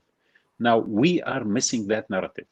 I am again and again saying that the Palestinians, not the Palestinian people, who have really great, they have done marvelous job in their patience and their struggle and their resistance. But the most important element, when we address the future of the Palestinian issue, when we address the world with a solid and concrete narrative, I think at that moment we can start picking up this international alliance of people across the world who could support our case as well. or cause. The most important element in our narrative that we always adjust it to suit the status quo and the reality. And the status quo always is against us. We need something solid based on values that do not change with and customized with the international demands from us to concede our rights. Therefore, the South Africans, when they came up with their Freedom Charter, they continue to fight for their Freedom Charter until they were able to actually implement all of it, not part of it. So we have been giving up a lot on this.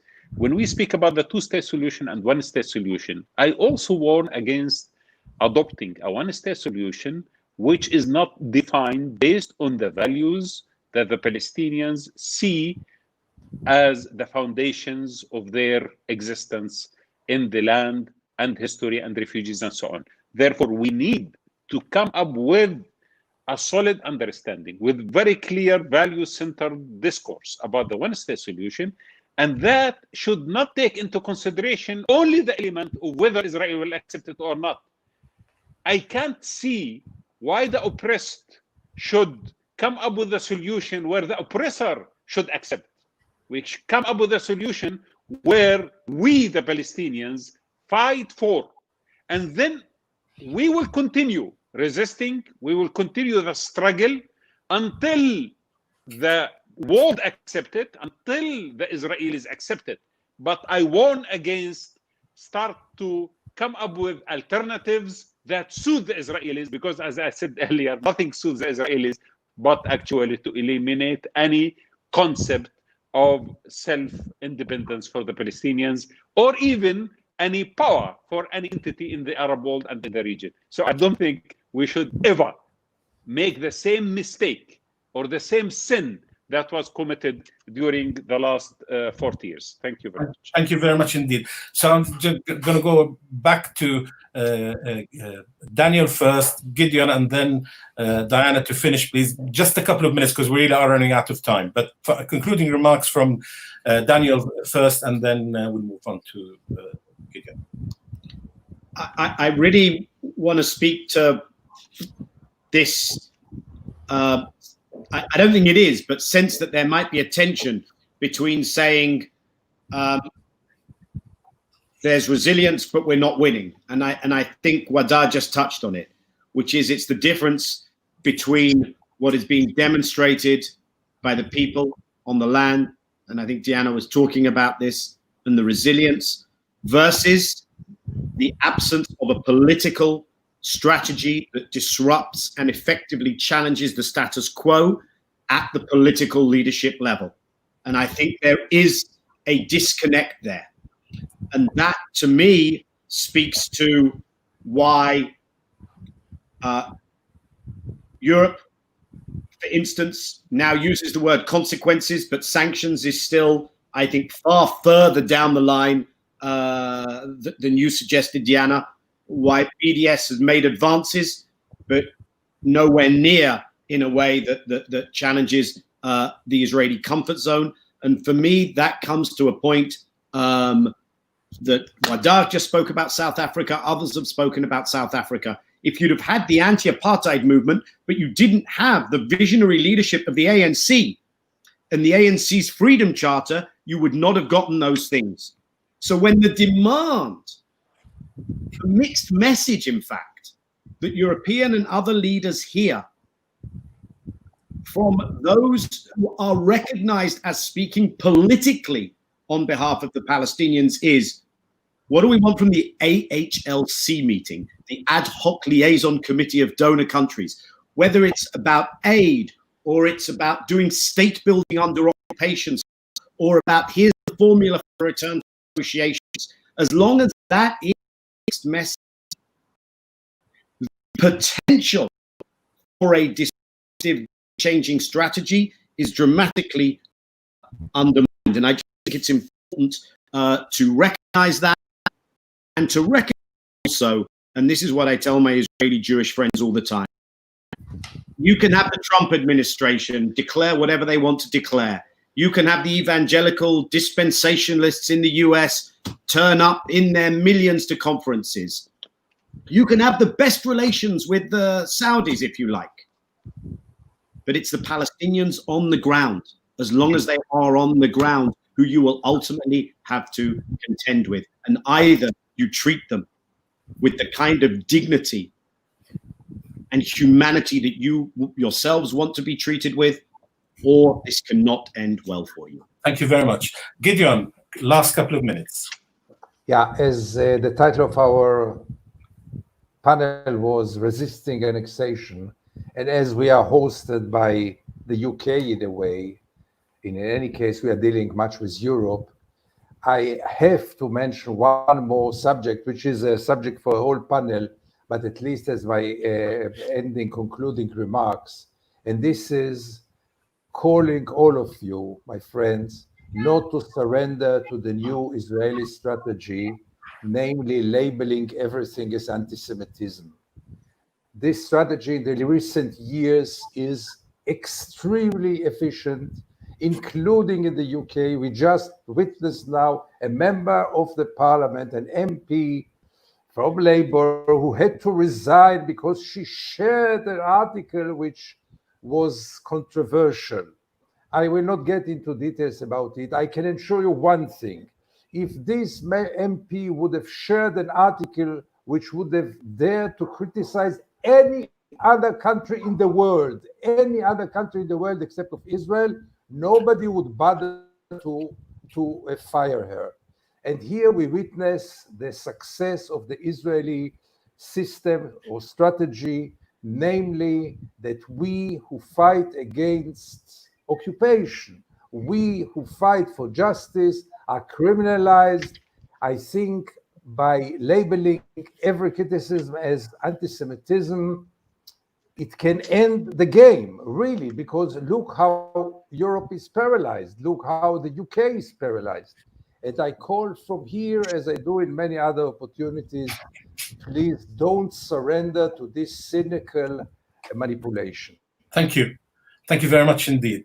I commend to you a recent article in the Middle East Eye for Gideon, in which he sets this out in much more detail. So literally this week. And I'll move over to Diana for her final thoughts in a couple of minutes, please. Thank you again. I want to make a couple of very quick remarks. I think that when looking at annexation or at any move that happens in Palestine, there tends to be a tendency to look to the Palestinian leadership. Let me be clear, the Palestinian leadership is terrible. They're not going to do anything. It's not in their interest to do anything. And so we need to look beyond all of that. And we have to ask ourselves, should we be resisting this because it needs to be resisted, or are we simply looking to the Palestinian leadership to be able to push something? And specifically when it comes to annexation, I have no hopes that the Palestinian leadership is going to do anything on this or anything on Gaza or on anything whatsoever. The question is whether the world community is going to do that. And that's where our focus needs to be. And because our focus needs to be on the world community, I do think we have to really be pushing BDS further and making sure that this door gets kicked open widely. It is a taboo that has been broken. Just a few years ago, you would have never heard anybody within Europe talking about BDS, much less the S part of it, the sanctions part of it. And now that's a discussion that might be being whispered, but it is being had. A few years ago, we would have never heard the Democrats come out in anything other than totally pro-Israel. It's a whisper, but it's being had. You know, they used to talk about no daylight between the Republicans and between the Democrats when it comes to Israel. Today, there is daylight. We have to just keep pushing these things forward. And rather than looking to the Palestinian Authority or the Palestinian leadership to do anything, it's incumbent upon us. It's clear what every Palestinian around the world wants. It's freedom. That's it. We don't want to live under Israel's thumb. The configuration of it is something completely different, but we all want freedom. And that's where it's incumbent upon all of us to continue to push, and by pushing to hold Israel accountable. Thank you very much indeed. I promised to say something about Palestinian initiatives, and there is an initiative which has been calling for re-elections to the Palestinian National Council, which for Palestinians, there's a petition they can sign. If they go to palestineforum.net, they will find that there is a call, because it is down to the Palestinians to ask their leadership to allow them in order to be able to influence this future that Diana was talking about. So really important that Palestinians ask that they are represented. I tried to find out who my representative on the Palestinian National Council is, and it wasn't available on the Palestinian National Council website, I tell you. So what I'd like to do now as we finish is, first of all, thank our fantastic panel for their contributions. So much food for thought. There have been lots of webinars, but I think this has been exceptional. So thank you very much indeed.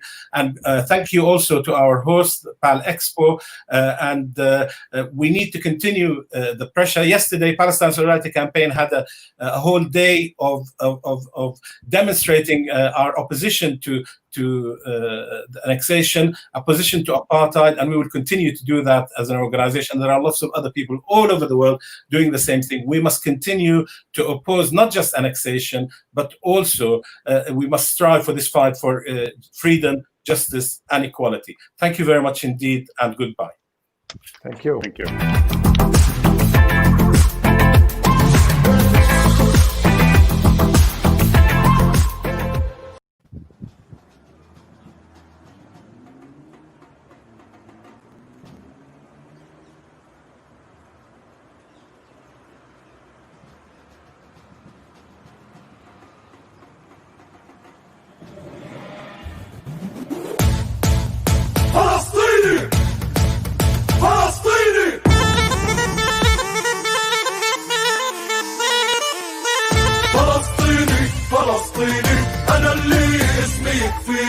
أنا الصامد على أرضي ورافع على السما جبيني. فلسطيني فلسطيني فلسطيني فلسطيني أنا اللي اسمي يكفيني. أنا الصامد على أرضي ورافع على السما جبيني. فلسطيني فلسطيني فلسطيني ويا نيالي عزيز وراسي بالعالي، وحب بلادي طوالي بدمي وبشراييني. فلسطين ولهون وبس عمودي هالوطن ينمس، أنا روحي فدا للقدس لبي لو تناديني. فلسطيني فلسطيني أنا اللي اسمي يكفيني. أنا الصامد على أرضي ورافع على السما جبيني. فلسطيني فلسطيني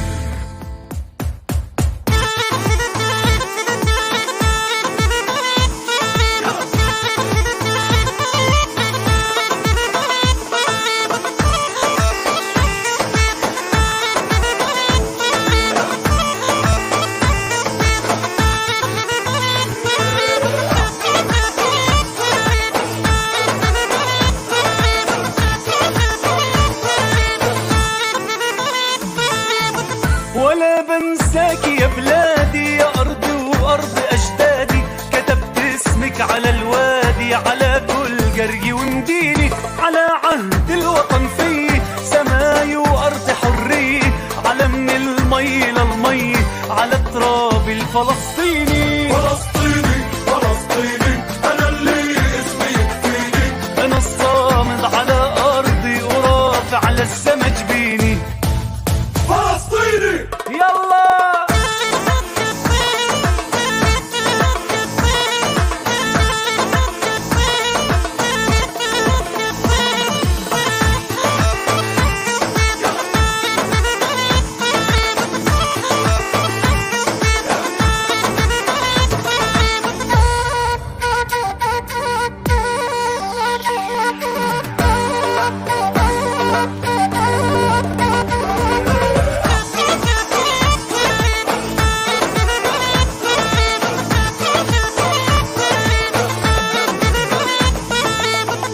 أنا اللي داري أفديها بهالدنيا وما فيها، وتطلب روحي أعطيها فداها عمري وسنيني.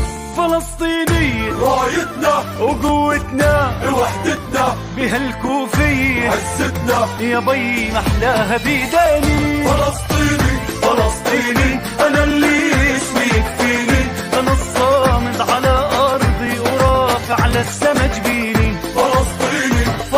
فلسطيني.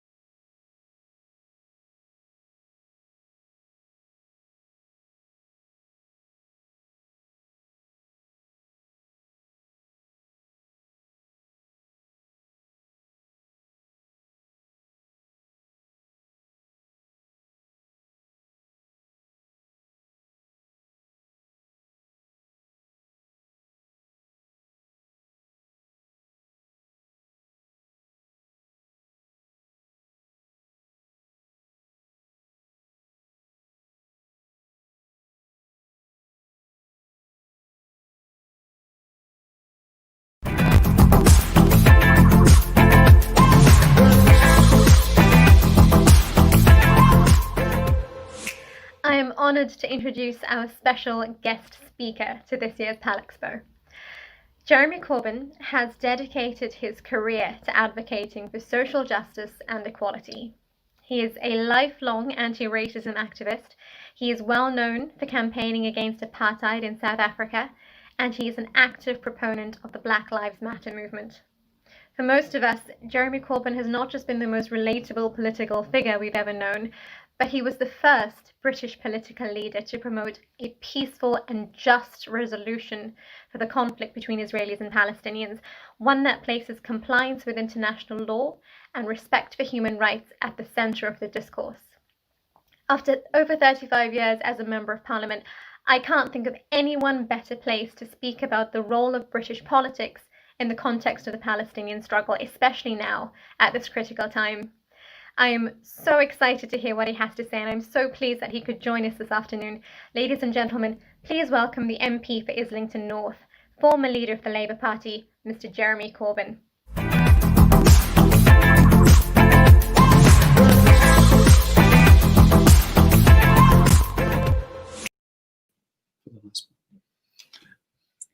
Good afternoon, everybody. Thank you very much for that lovely introduction, and thank you very much for inviting me to speak to the last session of Expo. And I want to say thank you to all those that have participated in this as a way of ensuring the Palestinian voice is heard, not just in this country, but all around the world. And I understand we've got viewers today from a very large number of countries, including the United States, South Africa, this country, Ireland, Israel, Palestine, and many, many other countries across the Middle East, in Europe and around the world. And that yesterday, 135,000 people followed the events on social media, and many, many more on different television channels. And so I think we're getting that message across today, and it's important that we greet all of those and ask them to reflect on what they've learned from these encounters on the television, on computer screens, and then above all, take some action about it, because it's action that we need at the present time, and we need it very, very urgently. Over the last few weeks, the discussion has all been about the Trump plan for the annexation of large swathes of the West Bank. And this has united people all around the world in opposition to it, expressing very, very deep levels of concern about this. But it's also important that, and I'll come on to this in my talk, that we take the issue further, because merely opposing the Trump plan does not bring about justice for the Palestinian people, or indeed for anybody else. All it does is stop something worse happening in what is already a very bad situation. And during my life in Parliament and as an active member of the Parliamentary Human Rights Group, and I'm now recently appointed as a member of the Council of Europe, my whole concerns have been about human rights being the basis of bringing about peace in any conflict around the world. And so, as leader of the party, I was very keen to promote the policy of my party, which is of full recognition of the state of Palestine, but also to prevent the importation of goods from illegal settlements, and also to prevent the sale of arms that can be used to attack civilians, which is what, unfortunately, the Israeli government forces have been doing towards Palestinians who've been protesting about the occupation. And so that was, to me, an important step forward. But the annexation plan is a serious issue. And there are three parts I want to discuss. One is what it does. Two, when it will happen. And thirdly, the implications of it. The plan in shorthand form is for Israel to annex the whole of the Jordan Valley. All the settlements in the West Bank would become part of Israeli territory, and the Palestinian people in the area would then be denied the possibility of a contiguous state or area that could be called Palestine. And so this is not totally a novel or new situation because, of course, Israel did annex East Jerusalem and did annex the Golan Heights in the past. And whilst there was international condemnation at the time, there were legal challenges, and there are obviously questions about the legality of it that continue. Nevertheless, those two annexations are being used by Israel as a precedent. They must not be a precedent. The issue has to be that there cannot be annexation of somebody else's territory. It's illegal within international law. And indeed, when the historic compromise was made, the Oslo Agreement, Israel has not kept to its side of that bargain at all. And so it's very significant that the PLO and the president of Palestine have now basically deleted all agreements with Israel on security and related issues because of their anger at the way in which the Trump plan is being proposed and the Trump plan is being put forward. Now, it could start from as early as this week, next week, because it's due to come in operation from the 1st of July, which is a few days ago. So far, it has not come into operation. But I think we also have to recognize something about the way in which Israel is treated in international law on these matters. Annexation is obviously wrong within international law. The history of the whole development of international law indicates that. And draconian action was taken by the European Union and others against Russia over the annexation of the Crimea. Condemnation is being heaped on China because of its activities in Hong Kong at the present time. And so if there is to be condemnation of real or perceived violations anywhere in the world of international law, then it's got to be uniform and universal, the response to it. And so I think we have to recognize that this is an extremely serious situation.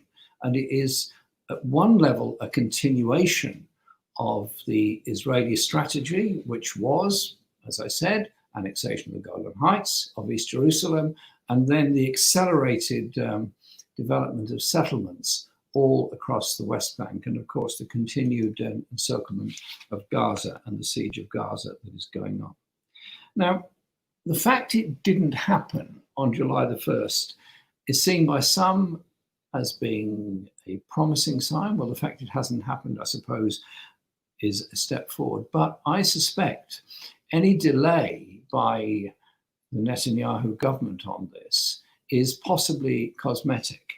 And we have to recognize, and I'll come on to this in a moment, the levels of opposition within Israel to this are very, very great indeed. And I've had some fascinating conversations with good friends in Israel over the last few weeks about this, as well as equally good friends in Palestine. And this could be yet another tactical move in that Israel announces it supports the Trump plan, wishes to go ahead with the annexation of the West Bank, and then doesn't annex as much as it said it was going to annex, and it's then treated as some kind of step forward because they haven't gone as far as they were going to go in the first place. That is not acceptable. That is not a way forward. The issue is the Trump plan must be stopped in its entirety. And the implications for this are enormous. The legal implications are huge. Firstly, occupation is of itself illegal. It would be illegal for any other country to go and occupy another. Israel is a member of the United Nations, is a recognized state, will remain a recognized state. Therefore, it has to abide by international law. And it is in breach of the Fourth Geneva Convention in a number of aspects, and in particular, the question of settlements and the treatment of people who are under occupation.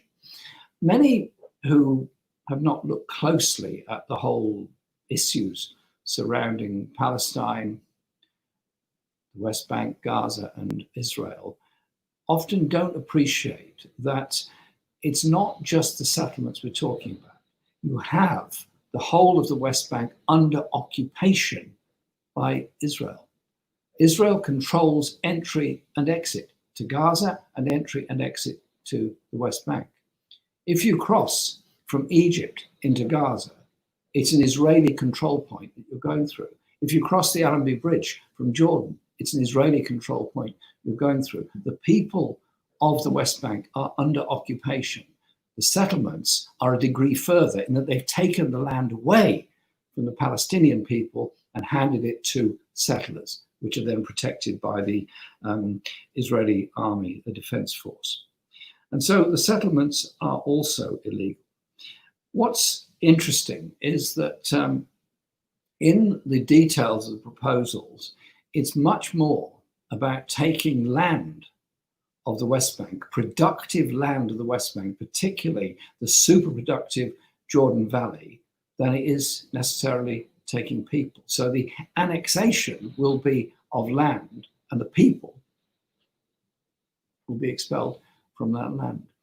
I've had the privilege of visiting 9 times in Israel, in Gaza, in the West Bank, and the productive land on the Jordan Valley, the area north of the Dead Sea, is incredibly beautiful, wonderful area, wonderfully productive land. Yet many Palestinians are not allowed on it, can't use it, can't develop it. And indeed, when Palestinian farmers wish to trade their crops, they have to negotiate with Israel whether they can export them or not. At the moment, it's the strawberry season in Gaza, and Gaza is famous for its strawberries. They have to negotiate with Israel how many they can export. And that simply cannot be right, because obviously if you're exporting perishable goods, they've got to go straight away, otherwise they become rotten and therefore completely useless. And so in opposing that annexation, let's not forget the way in which the Golan Heights was annexed and is taken by Israel to be part of Israel, when in reality it belongs to Syria. And this has nothing to do with whoever the government of Syria is at any one time. It is about the principle of taking part of Syria. Likewise, East Jerusalem was never part of the agreed borders, the 1967 borders. It was without them, out with them, and therefore it should not be annexed and should not be under Israeli control. Now, the political implications of all this are absolutely huge. A couple of weeks ago, I was at a conference call with the organized by the Friedrich Ebert Foundation, a German foundation, which has set up a number of conferences and calls. And there was a discussion between parties represented in the Knesset, both Israeli Jewish parties as well as Israeli Palestinian parties, along with the PLO and representatives in Ramallah.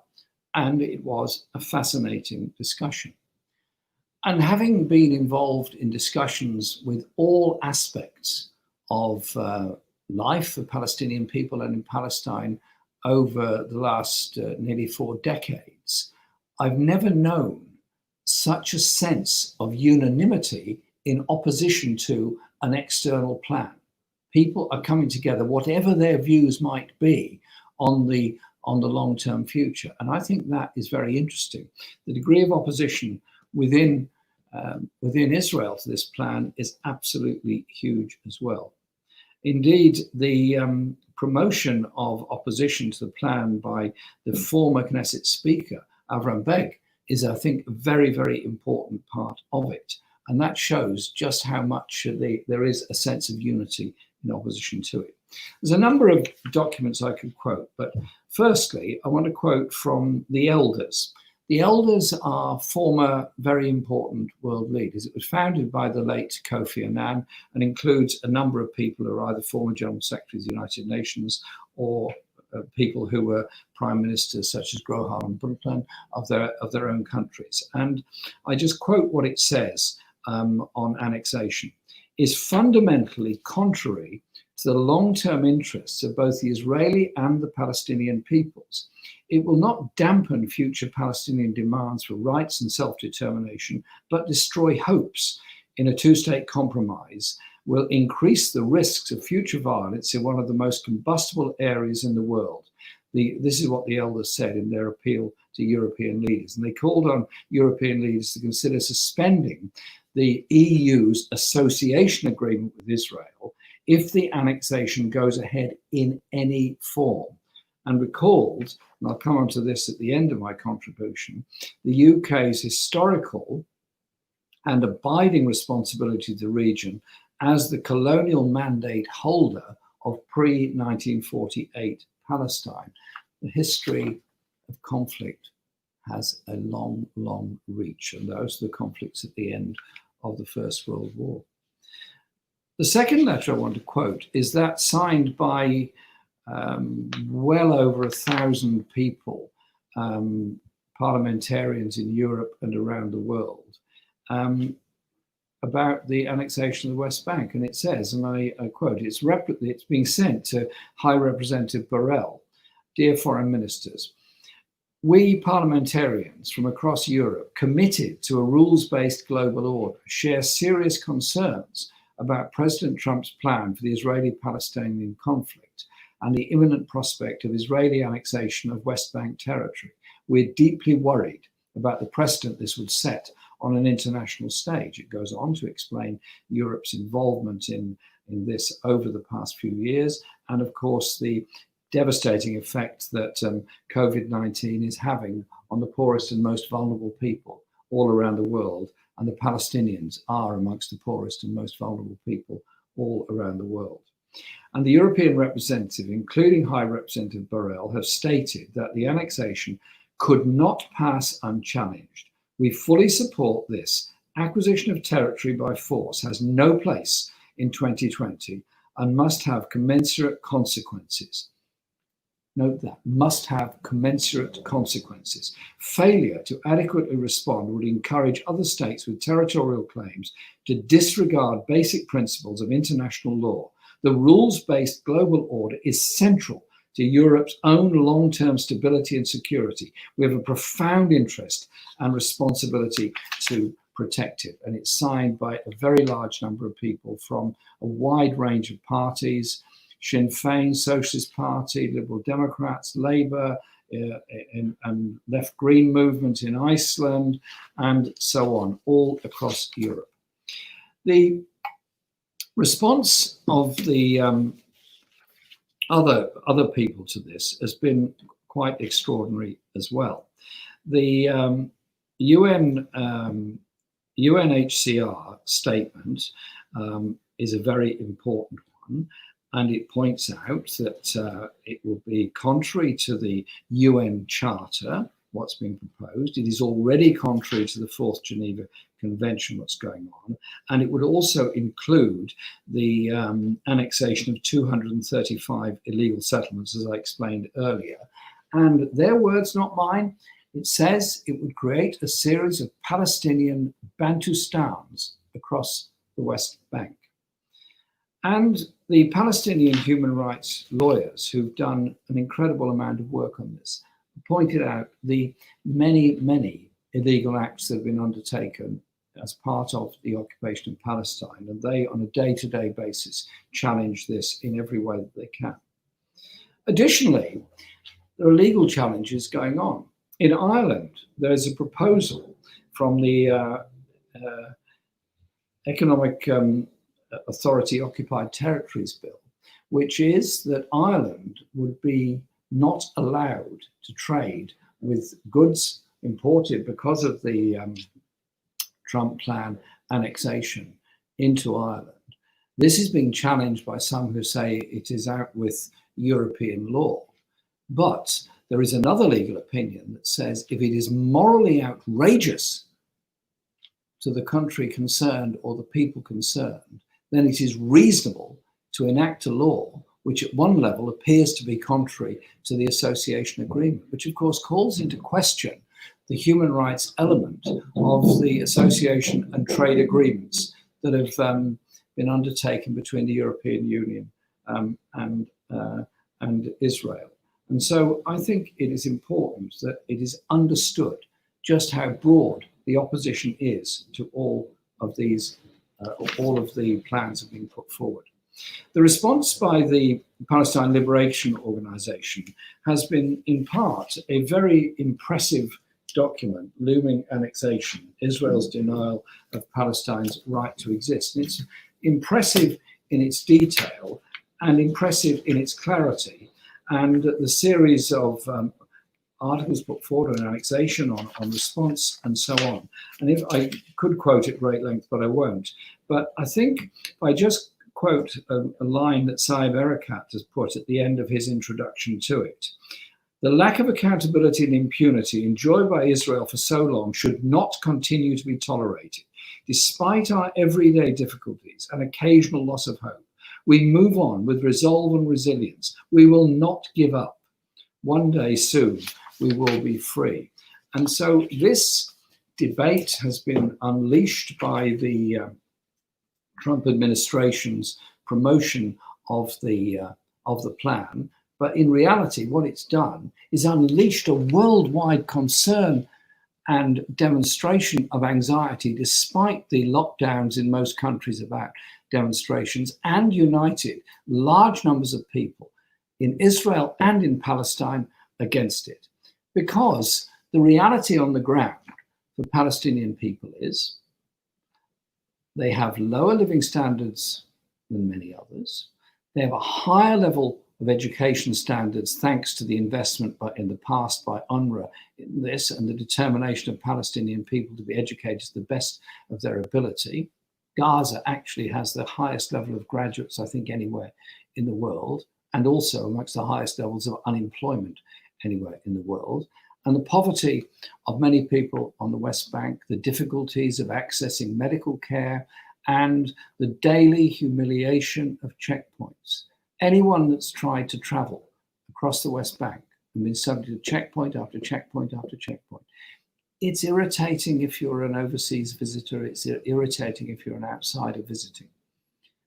But if it's your daily life, if you're a building worker trying to go to work and you can't get through a checkpoint because somebody has decided irrationally that you cannot pass at that point, you lose a day's work, you lose the income from it, and you potentially lose any other future work as a result of it. It's that daily humiliation, that grinding presence that makes people very, very angry. I wouldn't like that in my daily life. Most of the people watching this program today don't experience that in their daily life, and they don't expect anybody else to experience it either.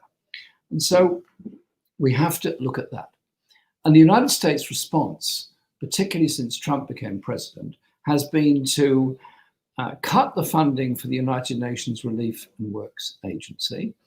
This is the longest serving UN agency. It was set up in 1948 when the state of Israel was recognized for the first time. And it has been crucial in providing food, medicine, and education to the people of Palestine. Its cut in its funding is devastating. I was in a school in Jordan 2 years ago, a UN school in a refugee camp, a Palestinian refugee camp in Jordan. And the head teacher was telling me how he was terrified of whether he would have enough money to open again at the end of the summer break because of the cuts made by the US administration. Other countries, including, to its credit, Britain and others, have given some more money to UNRWA. But it shouldn't be that the Palestinian people's future depends on the largesse of the world to support UNRWA. It ought to be they have full recognition and can trade and act like any other country all around the world. And in conclusion, I just want to say this about the Palestinian diaspora as a whole. Many people have made their homes in other parts of the world because they've managed to leave in some way or the other. But there are a very large number whose whole existence has been in refugee camps in Jordan, in Lebanon, and elsewhere around the world. Those people have a dream that one day they would have a right of return. That is fundamental to people's existence, the right to be able to go back to where you've come from. And so I think we have to understand the totality of the Palestinian people's existence. Those under occupation in the West Bank, those under siege in Gaza, those in refugee camps, and those who live in Israel, who have now been subject to the nation-state law, which points them in the direction of being second-class citizens in a country that prides itself with being a democracy. And so, if the Trump plan goes ahead, then it is important that Israel's government understands the implications of this. The implications of sanctions being taken by the European Union, by individual member states of the European Union, and those like Britain that are now no longer members of the European Union. Because it would be illegal, because it would be wrong, and because the implications are not to solve the problems of conflict within the region, but actually to make it more dangerous and much worse. Britain has a special responsibility and special role within all this. Because after the Treaty of Versailles at the end of the First World War, when the League of Nations was established, the major powers were given what was called mandates on former colonies. And Britain was given the mandate on Palestine. So Britain has a special role and a special responsibility in this. And also, as a member of the United Nations Security Council, a permanent member of the UN Security Council, has a special responsibility on this.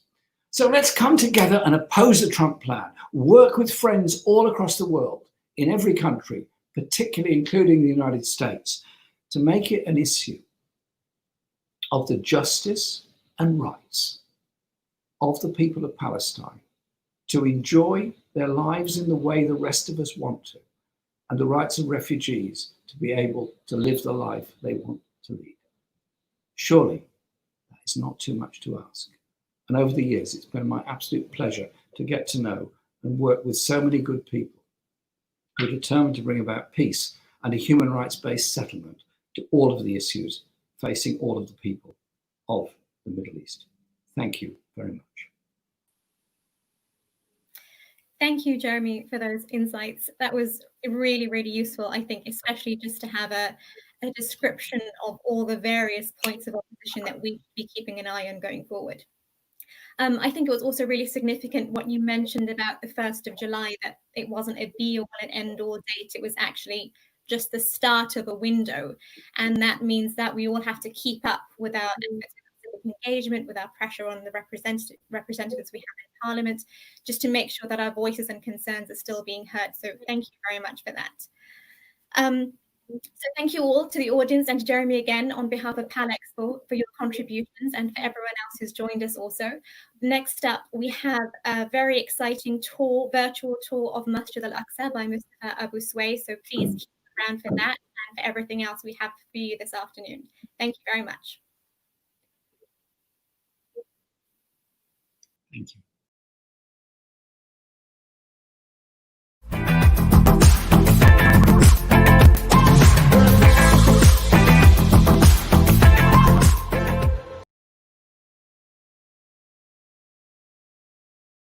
Welcome to Palestine Expo Online.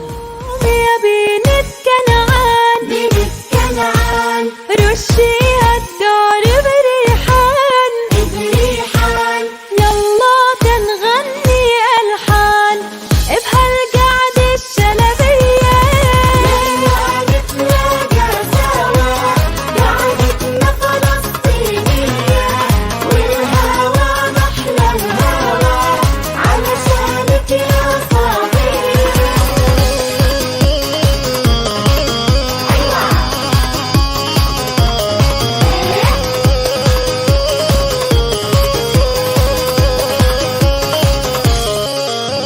يا صبا يتجمعي عالنبي زيد الصلاة من القدس جايب معي كعكة سمسمنا أسكر من بيارتنا بيافا أنا جبت لكم برتقال عروس البحر يافا على حسنك الله الله والهوى محلى الهوى علشانك يا صبية قومي يا بنت كنعان بنت كنعان رشيها الدار بريحان بريحان يلا تنغني ألحان بهالقعدة الشلبية يلا نتلاقى سوا قعدتنا فلسطينية والهوى محلى الهوى علشانك يا صبية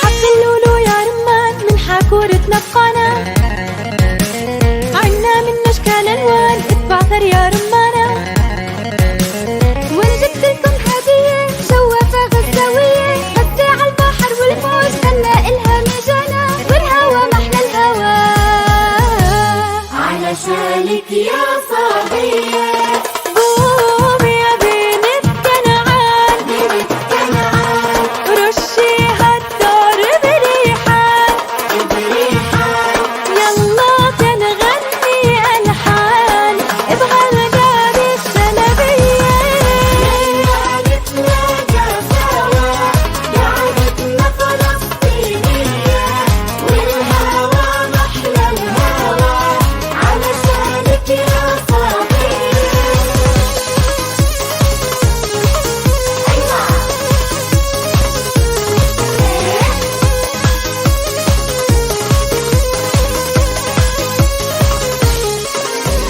مدوا الأيادي مدوا حبوا بعض يلا واتحدوا حبوا بعض واتحدوا نفدي الوطن ونحبه هو الوطن في مثله هو الوطن في مثله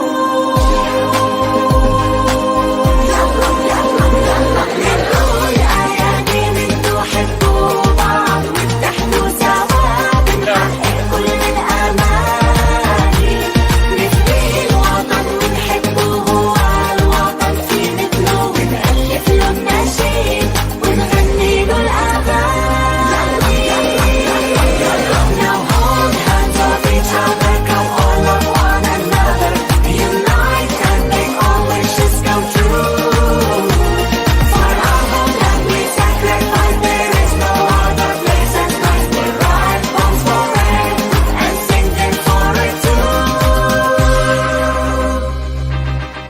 Rahman Rahim. Welcome to Palestine Expo online. Welcome to Al-Aqsa Mosque. سبحان الذي أسرى بعبده ليلا من المسجد الحرام المسجد الأقصى الذي باركنا حوله لنريه من آياتنا أنه السميع البصير. Al-Aqsa Mosque is the whole compound, all the courtyards, all the buildings, the subterranean halls, including the walls themselves. These are 36 acres plus a little bit more than 144 dunams. The Mujir Din Hanbali, a Muslim scholar who wrote a book on the history of Jerusalem and Hebron, Al-Uns al-Jalil fi Tarikh al-Quds wal-Khalil, about 500 years ago, he said that the name Al-Aqsa Mosque is the name of the space, for all the buildings are novel. When the Prophet ﷺ was taken from Mecca to Jerusalem, from the noble sanctuary, from Al-Masjid Haram to Al-Masjid Al-Aqsa, he was taken to the space of this mosque. The place was barren, there were no buildings, and we know very well that the first building was erected during the time of Umar al-Khattab radiyallahu anh. This is post 638. It was a modest building in the southernmost part of the Al-Aqsa Mosque. Later on, by the end of the 7th century, the Umayyads developed the mosque, and most of the structures that we have today, they have been developed by the Umayyads. The beautiful Dome of the Rock, of course, there are many renovations and and we'll talk about this later on, but let's say that the Qibli mosque, right now we can see seven naves. They were 15 naves in the past. There was a major earthquake. Do take place every now and then, and they could only rebuild 7 naves. And inside we will see the ancient columns as much as possible, and we can see the part that was renovated at the turn of the 20th century. All the new white color marble columns are new. In fact, one of my uncles worked on the capital of one of these columns, on top of these columns. The ancient part is really that side. You can see that there are no columns. These date back, these are they go back centuries.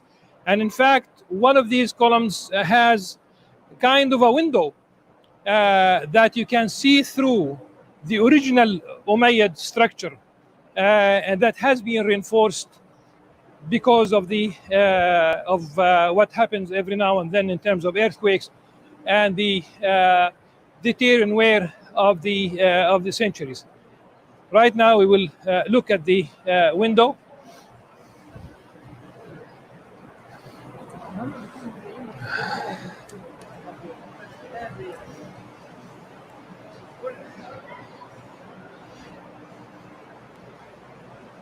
Inside, you can see the original column that goes back to the Umayyad period.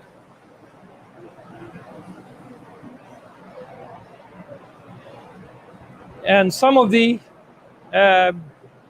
parts of the building go back to the time of the Crusaders, who basically, for about 90 years, they altered the use of the mosque, but much of it continues to be Islamic in terms of its architecture, in terms of its motif. After the Salah ad-Din al-Ayyubi liberated Al-Aqsa Mosque from the Crusaders, he brought to Al-Aqsa Mosque what became known as the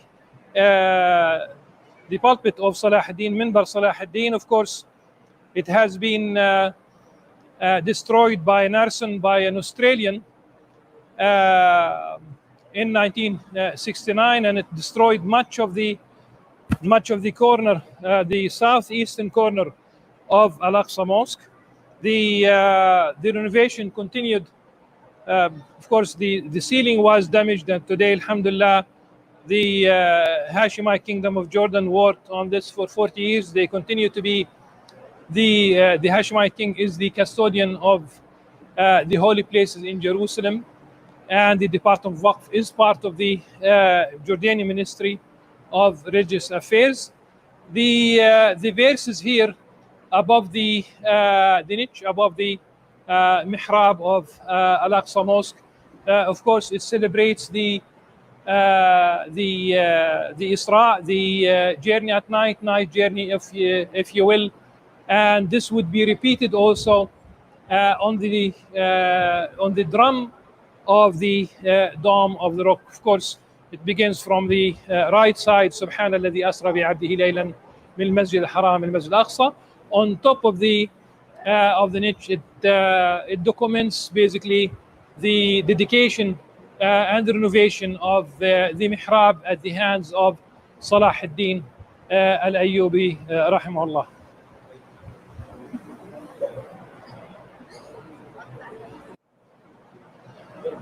This minbar is a replica of the original one. Of course, the original one was destroyed in the arson. It was an act of hate. Not even one single nail is used in building the minbar of Salah ad-Din.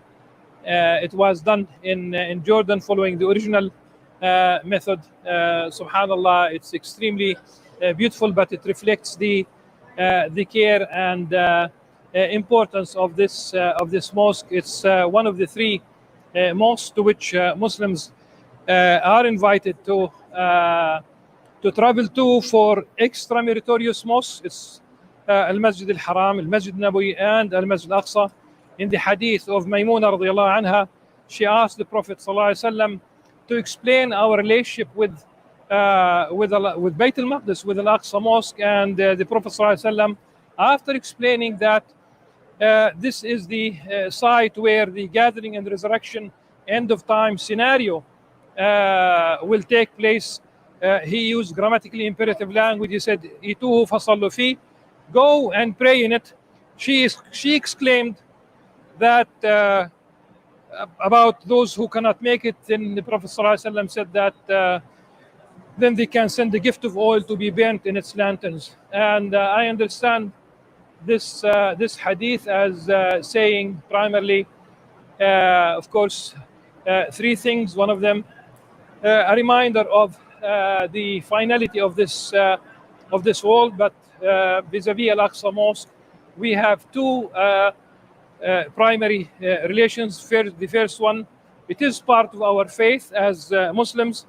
The second is that the primary relationship is spiritual. Therefore, we talk about praying at Al-Aqsa Mosque, and the secondary is maintenance. It is still important. It is maintaining and the upkeep of Al-Aqsa Mosque. A prayer at Al-Aqsa Mosque is valid whether one prays underneath the olive trees, inside the beautiful Dome of the Rock, inside the Qibli, the southernmost building, upstairs, or really in the subterranean halls. We are right now in what is usually described as the ancient Al-Aqsa. Really, these are corridors that lead to the Umayyad palaces. If one looks at the archaeology, there are archaeological sites immediately outside the old city, outside Al-Aqsa Mosque, on the southern side, and a little bit on the southwestern, and we can see that these corridors were used to go really outside to the Umayyad palaces. But alhamdulillah, they are also used for prayer. We have during Ramadan, we have almost up to 350,000, 400,000 people who pray at Al-Aqsa Mosque, and we need every inch. This ancient place is used also as a library. We have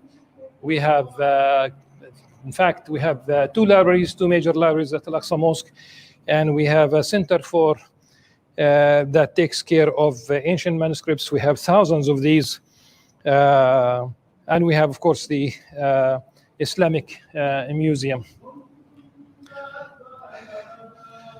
We can see that the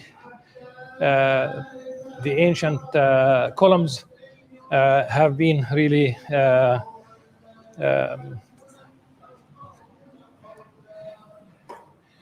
You can see the wear and tear on the columns and how they were supported by concrete early during the last century.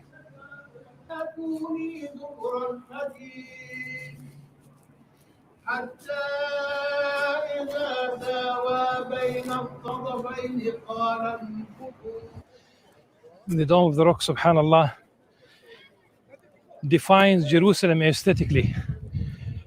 It is part of Al-Aqsa Mosque. It is octagonal. It is on the octagonal wall. You can see Surah Yasin.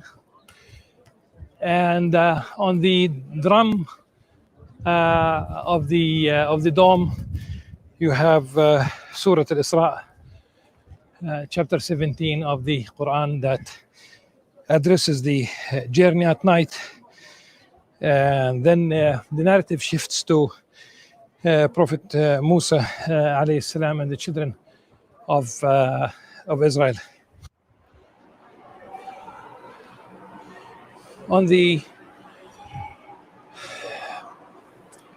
One can see that on the drum, golden ancient Kufi calligraphy juxtaposed against turquoise background. It is from Surah Taha, really.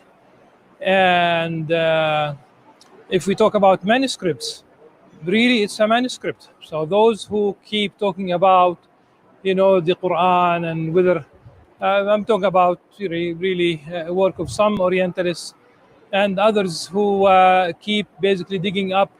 Here we have a chapter of the Quran that goes back to the Umayyad period. It's a manuscript itself. It's not paper. It's not parchment, but it's a manuscript, and it's as is since then. And it's a magnificent building, subhanallah. And I love the fact that it is usually reserved for Muslim ladies when we have a large crowd, such as on Friday or during Ramadan. The whole, the Dome of the Rock and also the courtyards outside. The motifs are surreal motifs, and one might think that because of the similarities that we have identical motifs. In fact, no.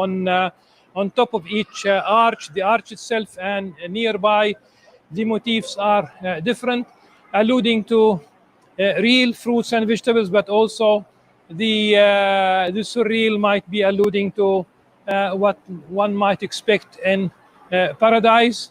And on top of these arches, we can see we have basically the date trees. And this is really the story of Maryam and Isa, Mary and Jesus Christ, peace be upon them. For in the Quran, when she basically delivered baby Jesus Christ, peace upon him, she was told that Allah subhanahu wa ta'ala created a ravine of water, a source of water, and she was told to shake the palm tree, and she would have fresh dates. Rutab. We have many words in Arabic for dates, and specifically it's the rutab, and it's basically the time for fresh dates in this part of the world. There's around September, October, and it's never December. So if you talk about the time of the birth of Jesus Christ upon him, it would be around that time. And here we have a confirmation of that Jesus Christ is the messenger of Allah subhanahu wa ta'ala. It is he is his word that Allah subhanahu wa ta'ala sent to Maryam alayhi salam, and he is a spirit from Allah subhanahu wa ta'ala. This is really in fact we have seen that both Musa